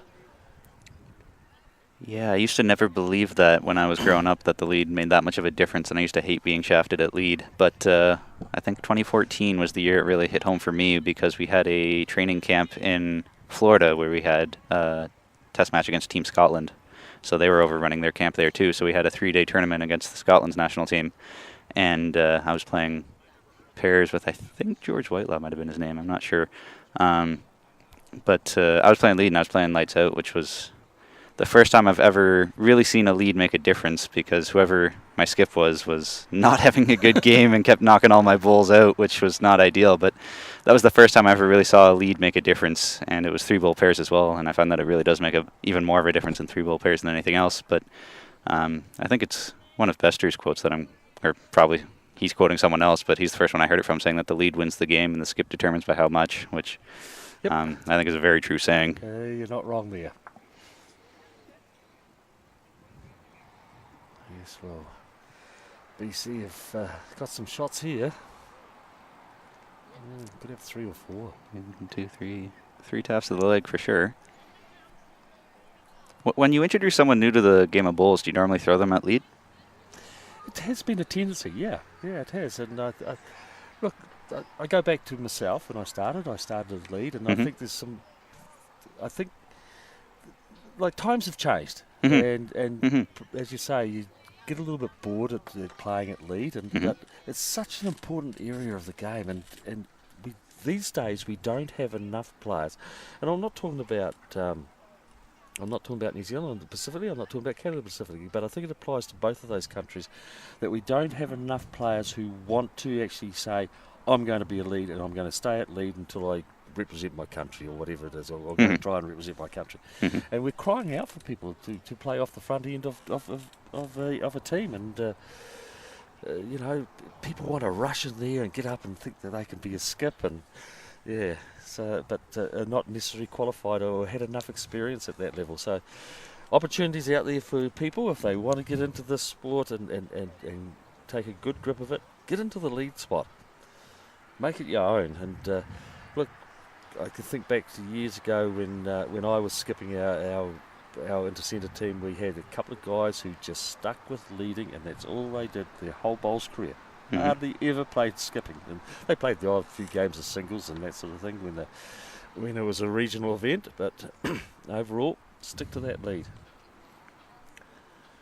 Growing up, I used to hate it, but now I think that's the only position I ever really want to play is lead. I absolutely love it now, and it's weird how that mentality changes, I guess. Yep. Well, it's another fairly big score for... that was a 4-ball. Yep. With 6 ends to go, it's an 11-point game.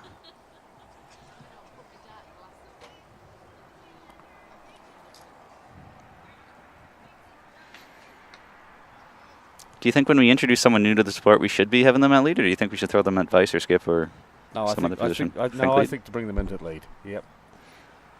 I think they learn more about the game. You know, there's some people who've got just some natural talent. So they could pick it up, and they could end up going up into those higher roles. But I think really you've just got to get them into the lead. And I think also probably leading in pairs and triples can be good, because they probably learn a little bit more about the game. They're involved in the game a bit more. Leading in the fours, you tend to not get involved in the game, but leading in pairs, you're always going to be involved in the game. You're playing, but you're then standing on the head watching the skip play. So learning from what the other people do. But as I said, we desperately need people who want to make the fours lead spot their own. And I think coming into the game, it's good for them to get into those front end positions. Lead in 2 and a 4s, you can still learn a lot.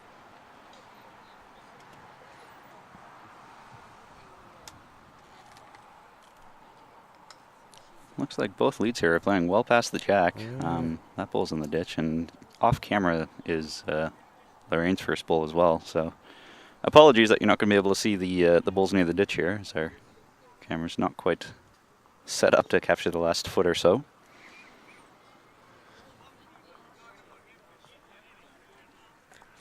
Still not a bad spot, those bowls. It's anything past is beneficial. Mm-hmm.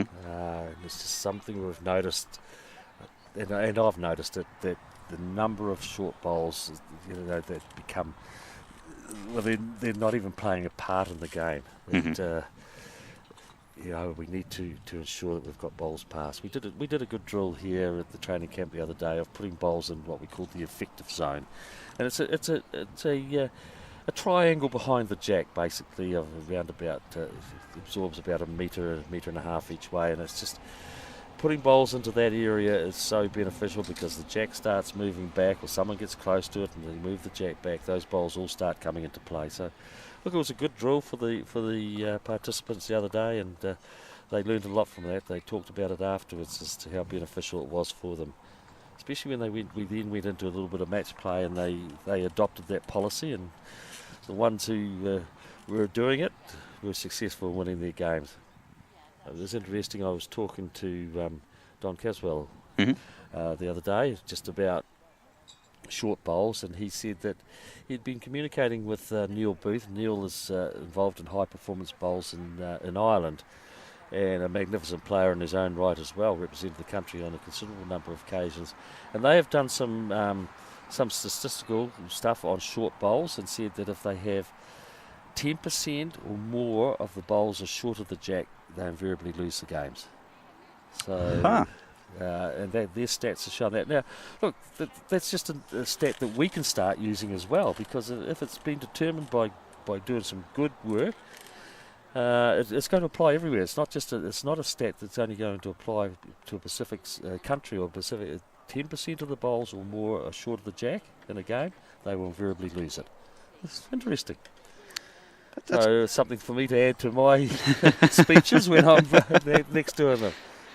That is surprising. We probably shouldn't really be that surprising, because short bowls really are kind of useless for the most part. So if you're going to be useless for more than 10% of the game, you're probably not going to win. Yeah, and it was interesting because I took note of that, and the next year that the players were doing a match play of the 12 bowls that were played, 7 of them were short of the jack. So the 10% got blown out the door of that end.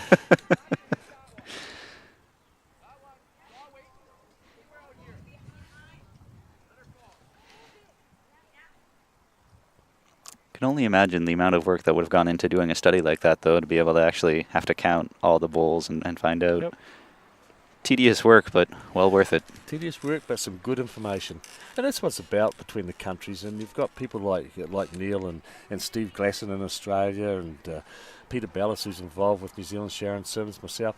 It's about sharing that information. It's not something that we're just trying to keep to ourselves. Yes, there is some own things about our own team that we do keep to ourselves, but if we can start sharing some more information, it means that we're going to be better players overall, we're going to have better teams, and therefore we're going to have better competition. And this is what I keep on saying to people. I often get asked from people here in Canada and both in New Zealand as well, as to why are you coaching the Canadian side? And I said, well, it's an opportunity for me to do it, but I said one of the things that I want to achieve is I want to make the Canadian side better.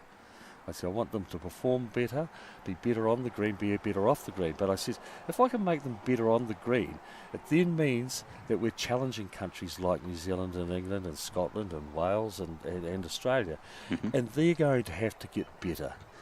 So then when they get better, it means that we're going to have to get better. So it's going to be continually try to improve ourselves in the game if we want to be amongst the big players in events. So it's improving bowls worldwide. It's part of it all. And if we can keep on sharing this sort of information, and we talked about the short bowls and the statistics that have been taken out of it from there, we should then be making it better for the spectator, better for the player, and that's what we want to achieve. One thing that I was actually quite surprised and happy to see was I got an email from World Bowls maybe 6 months ago. They were looking to sort of compile coaching info, and so they asked all the countries, can we use your coaching info, because when we have these new countries coming in, whether it's France or Brazil or whoever it is, we want to be able to actually help them out and say, well, here's some stuff to get going. And I thought that's a great thing that they for sure should be doing, is having I think it's brilliant. Some resources there to help out new countries that are coming in. I think it's brilliant. Yeah. Because it's going to be tough for the new countries coming in, and we saw Jamaica make an appearance in the Commonwealth Games. That caused a little bit of a stir when their singles player had a very unexpected win. So, look, it's great that we're getting more countries involved in the sport.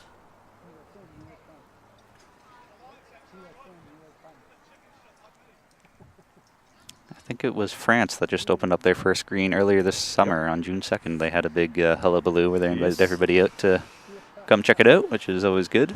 Yeah, I think I picked up some notification about that. So yeah, it's great.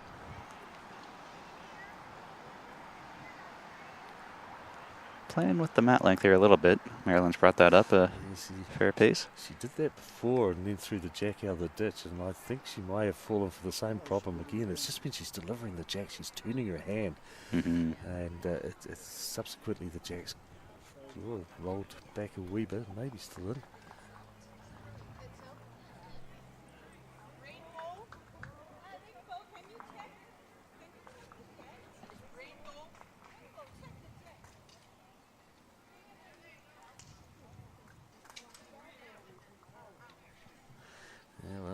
cleared it out, and that's the difficulty that they had before. They tried to change the length of the end, and with the mat up, and unfortunately the jack's been thrown out of the rink, so it gives the advantage back to the BC team, determining and going back to the length that they are playing.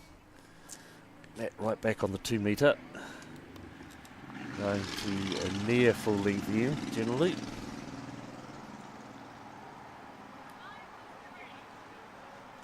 And that just shows the importance. That people think that there's nothing around about or importance insofar as where the jack is thrown.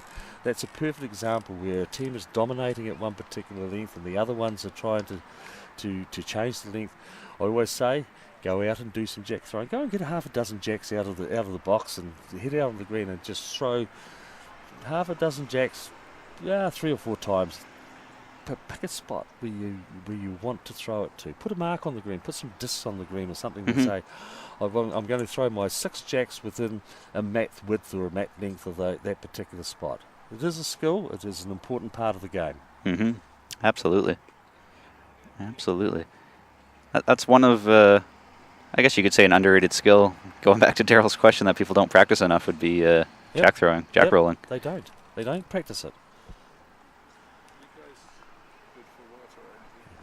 No, we're good. So I'm fixing the scoreboard here. I think it's 17-8 now. It is. After 13.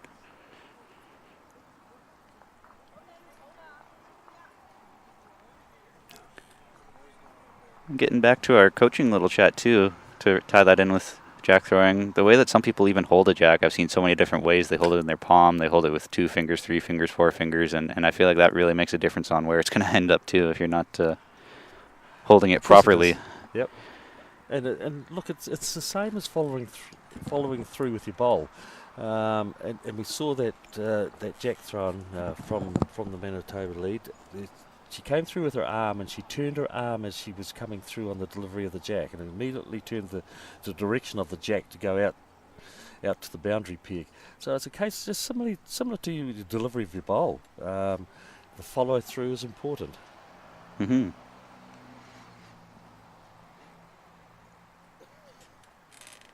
think that's one area where a coach can really come in handy too, is just to watch your delivery and tell you, hey, you're not following through, or you're coming across your body, or what have you. And that's valuable information that most people aren't taking advantage of.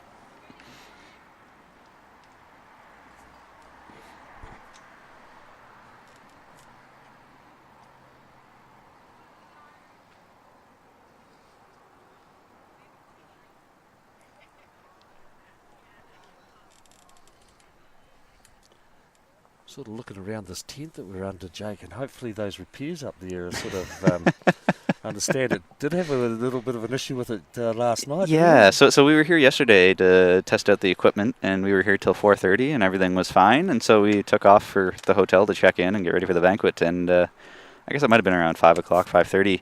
A huge wind gust came and just blew the whole tent to smithereens. And so someone was driving by the club and said, "Uh-oh, that doesn't look good." So I think it was Mike Patulli. So he quickly phoned Brandon and said, "Hey, can you come over here and try to fix this?" So they duct taped it up together, so it's holding. But I mean, if there's any sort of gust of wind or anything, we might be going for a ride. When they say duct tape can fix anything, I think we might have found its limit here. It's holding, but looking at this up here, I'm just not too sure how good it is. Well, in previous years, we used to actually have all the streaming booth up on the scaffolding. So we'd be sitting up there, and so we'd have to hold sort of an umbrella for shade just so we could actually see the TV monitors. And that proved to be an issue, too, because when you're holding an umbrella, if there's any sort of wind gust, too, then your arm goes yanked up to go for a ride, too. Yeah, health and safety issues. Important part these days.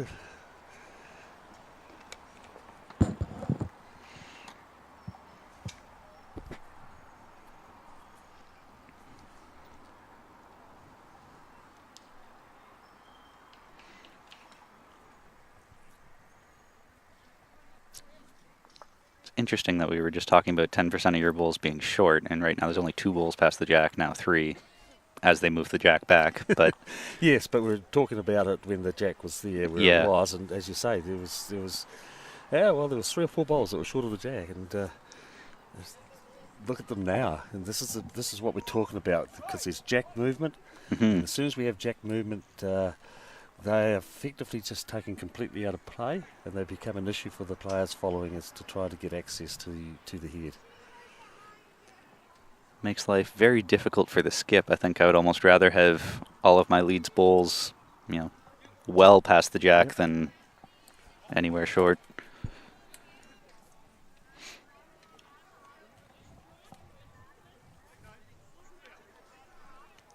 And this is one thing where sort of I guess a struggle with Canadians is we pick up a lot of new bowlers from curling because the two games are very similar. But the big difference being in curling, you start off with a guard.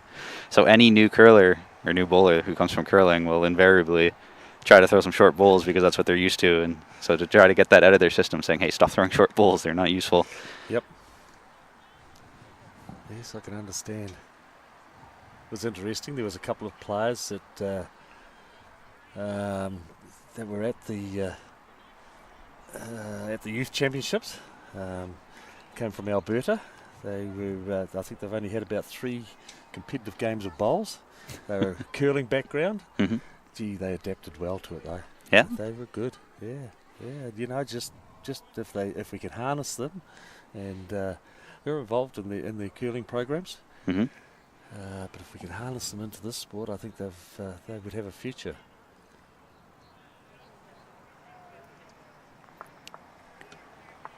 Daryl's given us some tips about his coaching stuff, saying one thing coaches and players don't use enough is technology. With the availability of phones, tablets, apps, etc., it's amazing we don't use more of it. And I agree. I was just recently introduced to an app called Huddle Technique, and what that app is for is to videotape your delivery, and then you can watch it in slow-mo replay and compare it with the pros, I guess. They use it for tennis and basketball and stuff like that. So I don't know if many bowlers are using it yet, but if and when they do, then you can actually compare it to what other deliveries look like and see where you line up, which, yeah, absolutely. We should be using more technology to improve our games. Yep, I couldn't agree more. And there is a number of apps that we can use out there in the coaching. And it's funny you mentioned the Huddle Technique. It's just the one that I use at home. I don't know if there's a lot of people use that at home either. But there, as Daryl says, video analysis is so important. People don't believe what they're doing in their delivery at times. You say to them about something, they say, well, I do that. No, come on, we'll do some video recording of you and I'll show you what you're actually doing. And when they see it, they don't believe that what they've done. Mm-hmm. We have a lot of, in our delivery, we can have a lot of movement of our hands and our arm behind us when we're going back in the back motion of our delivery. And one of the things we often see is the twisting of the hand that's in the delivery process. And people don't actually believe it, what they're doing, until they actually are shown on video. So if you're doing some video recording or video analysis of someone's delivery, generally try and do it from 3 or 4 different directions. If you can do it from each side of the delivery, if you can do it from front on, dodging the bowl, that's great. And don't hesitate to go and do it from behind as well. Mm-hmm. And then you can see the flow of the arm as it's going through. It's important, and that's when you start picking up some of the little intricacies that people have developed in their delivery that you want to try and get rid of. So Daryl's, Daryl's fantastic in this particular area, and when we're having our training camps and Daryl's involved, I always hand it over to him. insofar as the video work goes, he's an expert at it and an expert at analysing it as well. So couldn't agree more with Daryl in his comments that he's made there. Make use of video technology, and as he says, just pull your phone out and do a video of it, and get someone to do it, and use that insofar as looking at what you do in the process of delivering a bowl. That's actually kind of interesting, because for our competition coach program that we're working on, because we have 3 streams of coaching: club coach, competition coach, performance coach. For the competition coach, we actually have a video of think it's like 7 different people's deliveries, and we have it from all 4 angles of front, back, left, and right, so you can see them delivering how it looks on each side.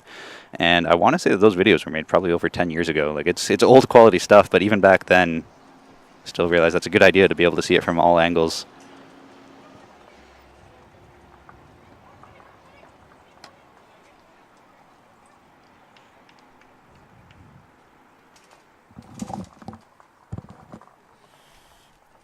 I think the one that Daryl uses is Coach's Eye, from my memory, and that's another good app as well.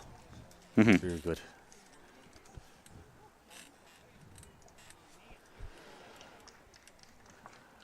Well, 4 years to go, 20 to 8. It's going to be a tough task now for the Manitoba ladies. If you're looking at it from a coach perspective, I'd look at it and say 12 points, 4 ends. So, we need to start looking at picking up a multiple. A 3 and a 4 on the next end is crucial for us, and so that's what they will be looking at.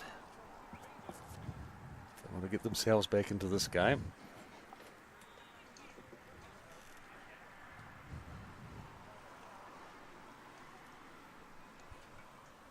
I apologize for the slowness of the stream right now. I think things have slowed down substantially as I switch between camera angles, and I'm wondering if it's because I might have the folks at SportsCanada.tv who we rent our equipment from can usually log in remotely to double check, make sure everything's running, and I think they're actually logged in right now. So the guy's out in BC right now and just logged in to let us know how things are going.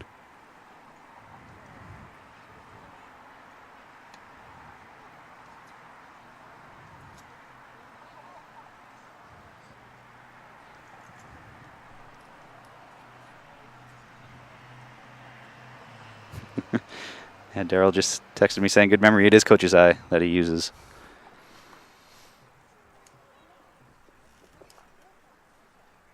Who introduced you to huddle technique? Was that just something you picked up along the way somewhere? Yeah, and it had a different name before that, and I'm trying to think of what it was called. I just picked it up. I've probably had it for 5 or 6 years. And, really? And I'm trying to think of what it was called beforehand. Yep.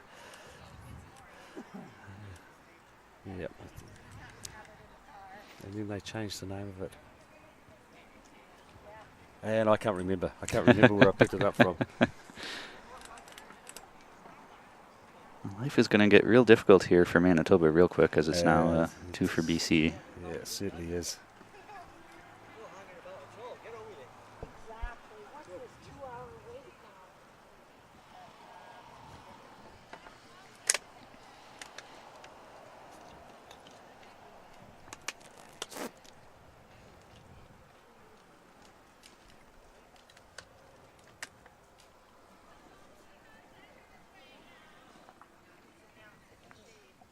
Well, movement of the jack was helpful for them.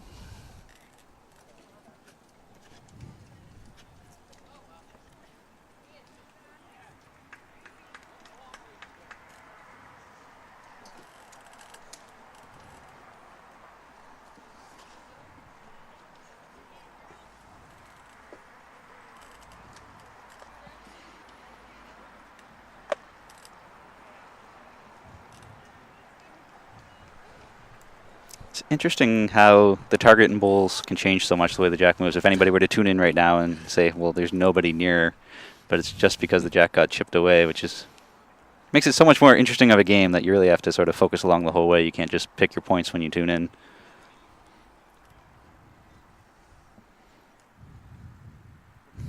Ooh, just weasel through. Well, negotiated the gap pretty well, didn't she? And that's shot itself, I believe. So that one's going to have to go. Either that or trail the jack back, because you have to score more than one here. I don't think we've hardly seen a bowl played on this side of Going that way? side going in that direction. Yeah. I think every bowl's virtually been played on the open side of the green. It's interesting though, people tend to shy away from the side ditch, and it sometimes can be the best hand to play. Yeah, I know there's one of my favorite clubs in Ontario is Niagara Falls, and playing there all the time. Their two best rinks were Rink 1 and Rink 8, which were their ditch rinks, and they were just perfect draws both hands. They were absolutely wonderful.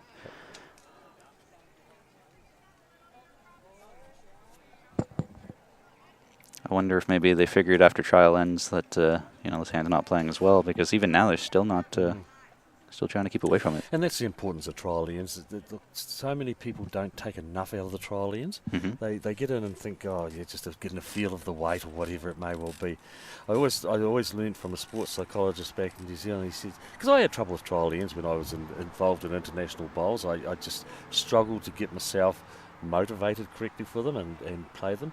And he said to me, go out there and treat the trial end as the first end of the match. Believe that you are playing the first end of competition, and it was good for me because it just made me think so much more about the green, about the line, the weight, and where I was actually going. So if you're involved in the game and you have difficulty with trial ends, as I said, treat it, as I was told, treat it as the first end of the match, and I think you'll learn a lot more because we've got to take so much out of it. It's important for the game. One thing that I picked up along the way, which giving away some secrets from Steve McCarahan and Dave Anderson, they're both from Ontario, used to be on the national team for a while too. For their trial ends, they normally watch the opposition's bowls, as they always try to draw to the jack in the middle, but for theirs they'll test the boundary marks and try to draw to the ditch or draw to the outside boundary mark to see what it's like if you're coming on the other rink, which looks kind of goofy when you're watching trial ends. You see the jack in the middle and someone's way out in left field, but very useful, and inevitably whenever they do that and I've played against them, fourth end, fifth end, jack gets moved to almost the out of boundaries marker, and that trial bowl that they just threw is going to come in handy. Yes, and I've noticed some Australian players do exactly the same thing, and also the jack may be at a short length, but they'll perhaps throw one bowl or something like that, or two bowls to short length, and go back and try another one to a medium or a longer length, and you think, gee, they're rough on the trial length, but no, they're just thinking to themselves and doing their own planning of what they want to get a feel for and see what the green is actually doing. I almost think for trial ends you don't even really need a jack necessarily, depending on if that's what you're trying to do. I think you're right.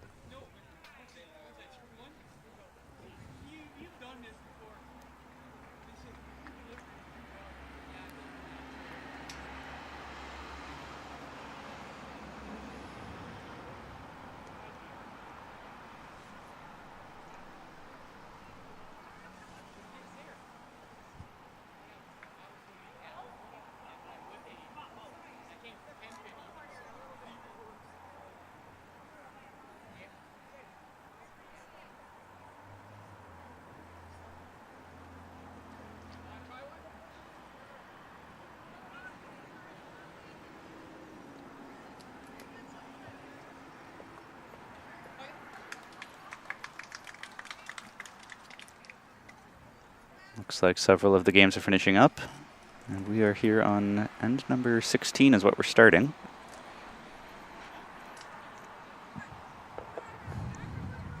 So I think they actually still have close to half an hour left in the time limit. Yep, it's probably just a touch less than half an hour.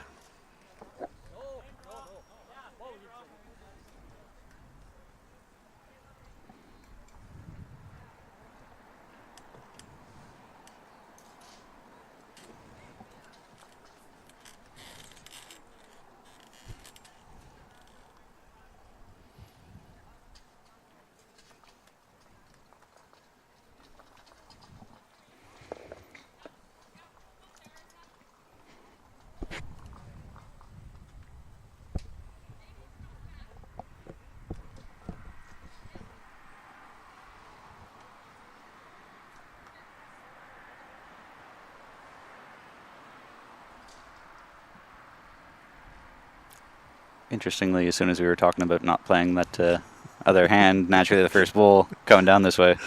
I was surprised about it myself, but look, when you're 20 to 8 down, I actually don't think they put the score up from that last. No, they didn't. I gave them one, so it's at least 20 to 9, but I don't know if it was more than one or not. Look, if you're 20 to 9 down with 3 hands to go, you've got to try something different. Yes. At that stage, so give yourself a chance on a different hand and see if you can start building a head around that.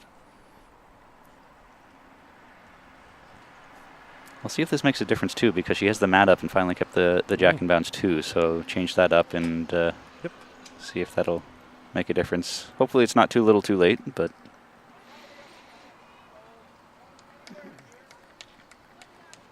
weight's in the ballpark.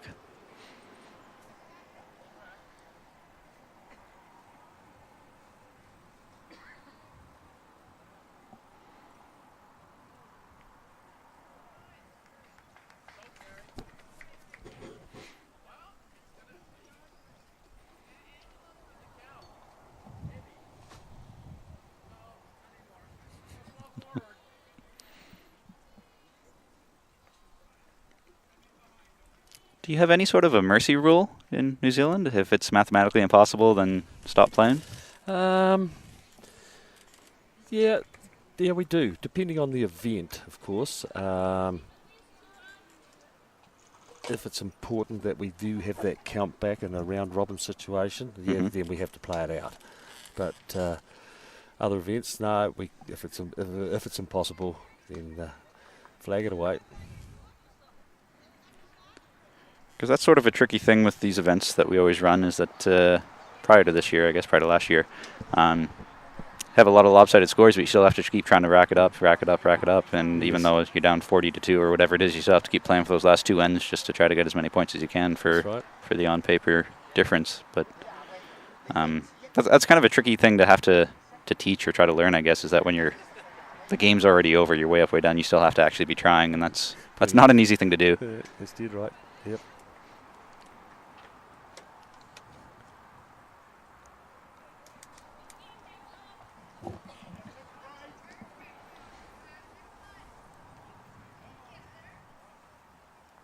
Ooh, almost. Well, giving themselves a chance anyway. They got some balls back in behind, Mm-hmm. so Here's that 1.5 meter, 2 meter trail that I find to be absolutely difficult to do. It's exactly what they're looking for. You need it more than... And that's why I say if we go back to about a 15.5-second green, it's the ideal green for playing the most shots on. Mhm. And it just gives you opportunities for those 2 meter through shots. And right into the patch. Yeah, Not quite. Yeah, pretty handy. Trying to get some cover in there.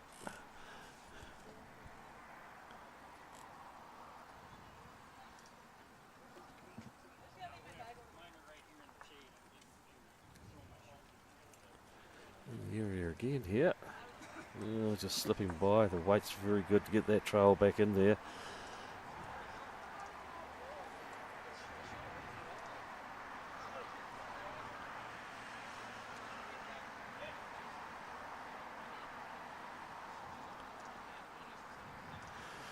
Well, that might just block that trail up a little bit too. That's going to be tricky now. Yeah, it's going to be back to recovery. 3 down. You know, one strategy that hasn't really come into play here at all is the respot. It hasn't. Not at all. I was going to say that might be a tactic, but BC's got it covered, so really not going to be helpful for Clarice.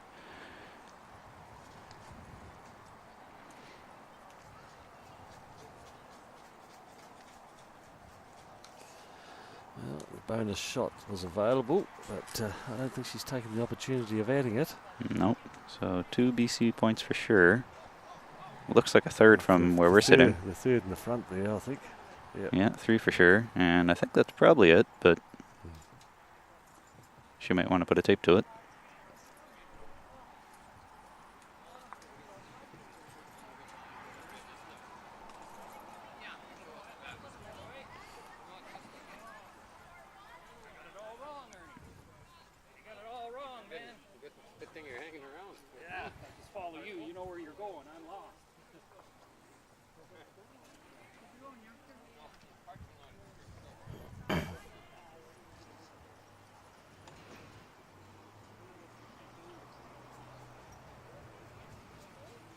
I don't think that was an in. Looking at the front one, just looks to be closer. Mm-hmm. Yeah, Yep. well and truly.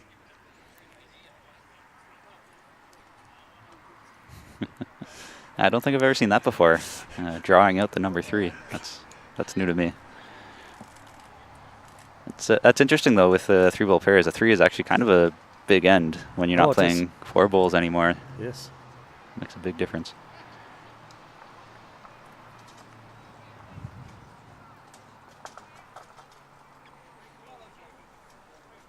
Gonna wait for Clarice to move from the scoreboard to see if I have this right, because 23-9 is what I have set up, but I think it might be a little different. Hey, all right. Yeah, all right, mate.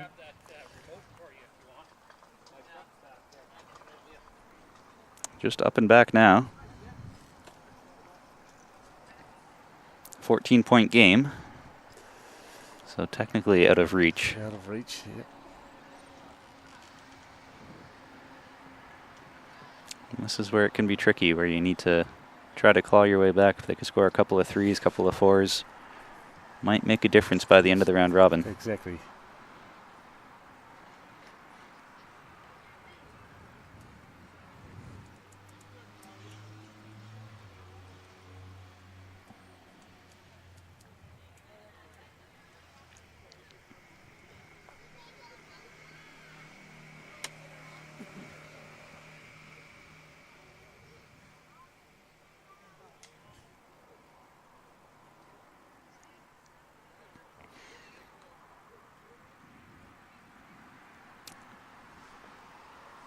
Might come into play. Just passed.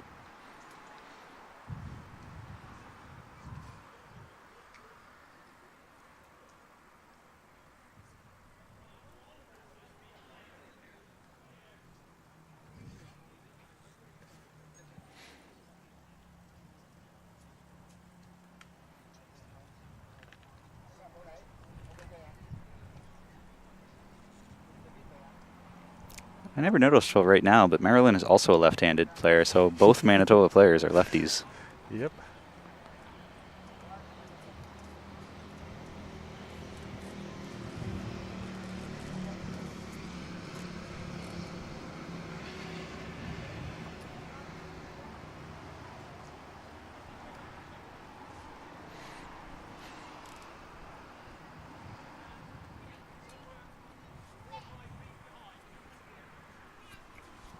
Good lead balls there.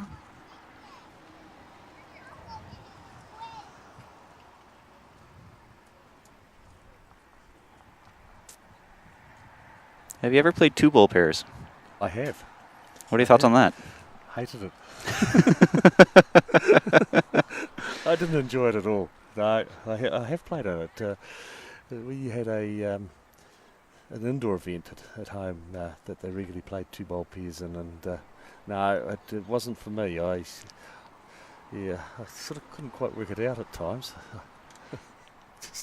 just didn't seem right. I believe that's what they play PBA.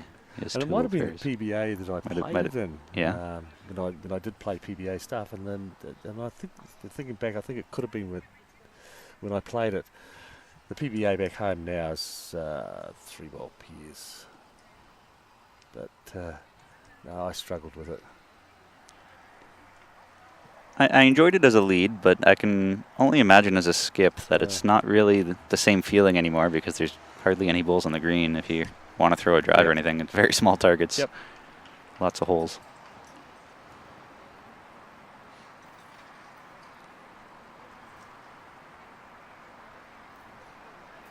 There was just so few bowls, and you have the respotting of the jack as well. You know, it was just sort of, where do I go? Yeah. One on the jack and one covering the spot. That just but you make yourself vulnerable on the head because you haven't got enough bowls on the head if they're going to drive. And so you think to yourself, I need to get another bowl on the head, and then they do drive, and the jack is killed and the jack's respotted. So.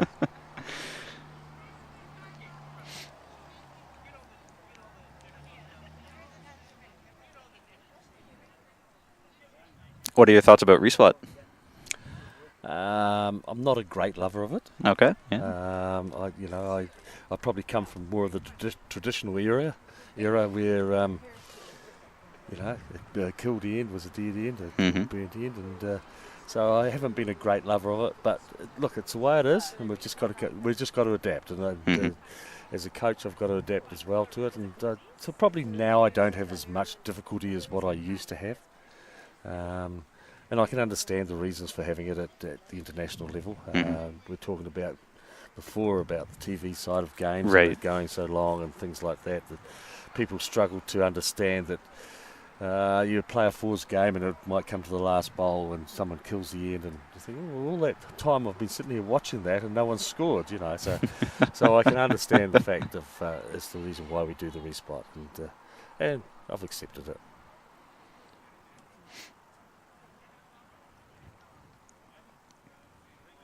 Now, I know in Australia, for a lot of their singles tournaments, they play first to 25 rather than first to 21. Is that the same in New Zealand too? We do for some of our invitation tournaments, our events. I'm involved at my own club in an invitation tournament, and we make it 25 shots. It is a good game. It's a real good game. We used to play we used to play a number of events. Well, not a number, but some events. In one of our interclub competitions, we used to play 31. Wow. Wow. It can be a long game, mate. Yeah, that's a... I used to play in a tournament in the middle of the North Island in a place called Palmerston North, and it was one of the most prestigious singles events in New Zealand at its time, and it was always played. Every game was 31 up, and you'd play 2 a day. I saw them go for 4 hours, singles game. Yeah, You know. yeah, easily 31. Yes, That's... yeah. And I know that Australia did at some events play a 31 up, but traditionally now they play a lot of 25, and we play a considerable amount of 25.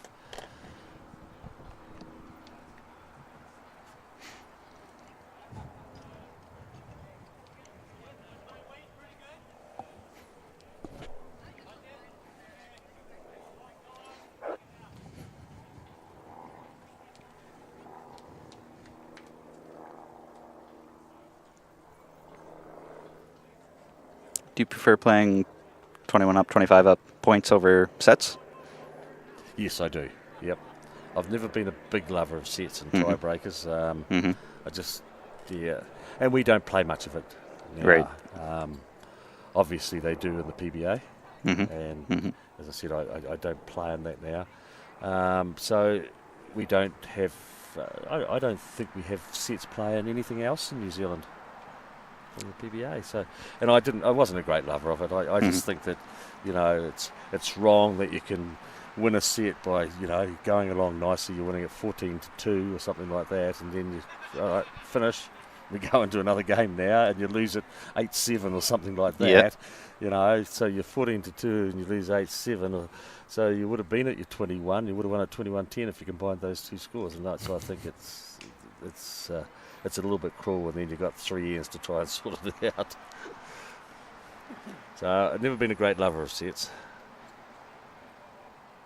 Back when I was still playing juniors one year for the under-25 tournament, they played sets too, and so one of the guys who's here today, actually, Mike Petulli, is playing for Saskatchewan. He was playing against an Ontario bloke, and he won the first set 25-0, lost the next set 7-8, and lost the tiebreak 1-2.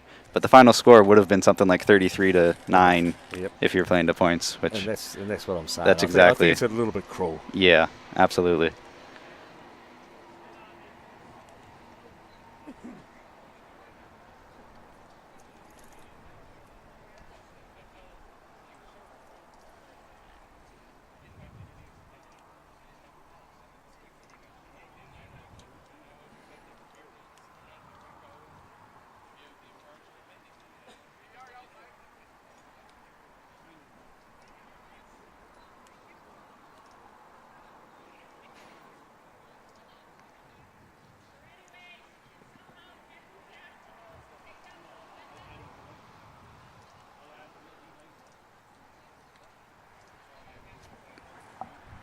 Just about winding up here this last end of the game. We were worried a little bit about time, but it appears they're going to get this in well in time. All you had to do was get the jack thrown before the bell sounds.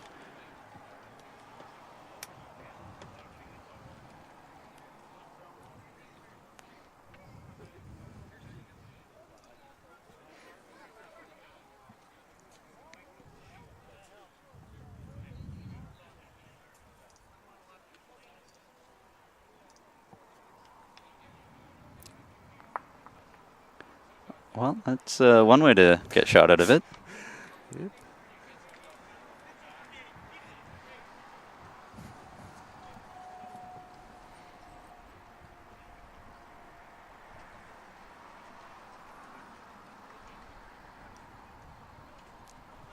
And that could be shot. Overall, the BC team have just been too steady, haven't they? They've put more bowls on the head. They've been able to play to the head when they've been down, and had effective bowls in the areas that have come into play. So they've just been steady, and I think it goes back to the leading at those blue bowls. They've tend to dominate most ends, and That's what's about.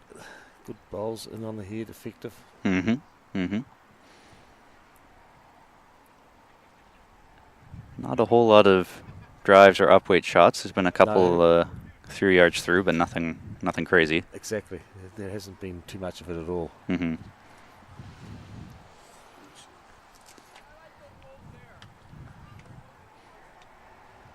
Is that something that you see a little bit more in the international circuit then? Is a lot more aggressive play? Yep, we certainly do. Yeah. I just in this game, the heads haven't been real great heads. There hasn't been a lot of built-up heads that have necessitated some aggressiveness. There's been opportunities to draw shots. There's been too many gaps to play with weight. And saying that, we've picked up the jack here with the last bowl that's been played and taken it to the back to score the one shot.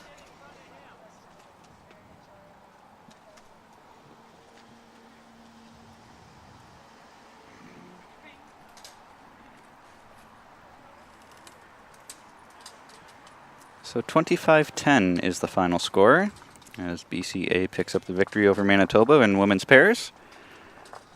And so I believe that we will take a break for lunch now. We'll be back streaming again. I honestly don't even know what time the next game starts at, but whenever that is, you can check it out on bullscanada.com. I believe it's 1:15 local time. So we'll be back streaming then. So thanks for commentating with me, Terry. Appreciate it. No trouble at all. Pleasure.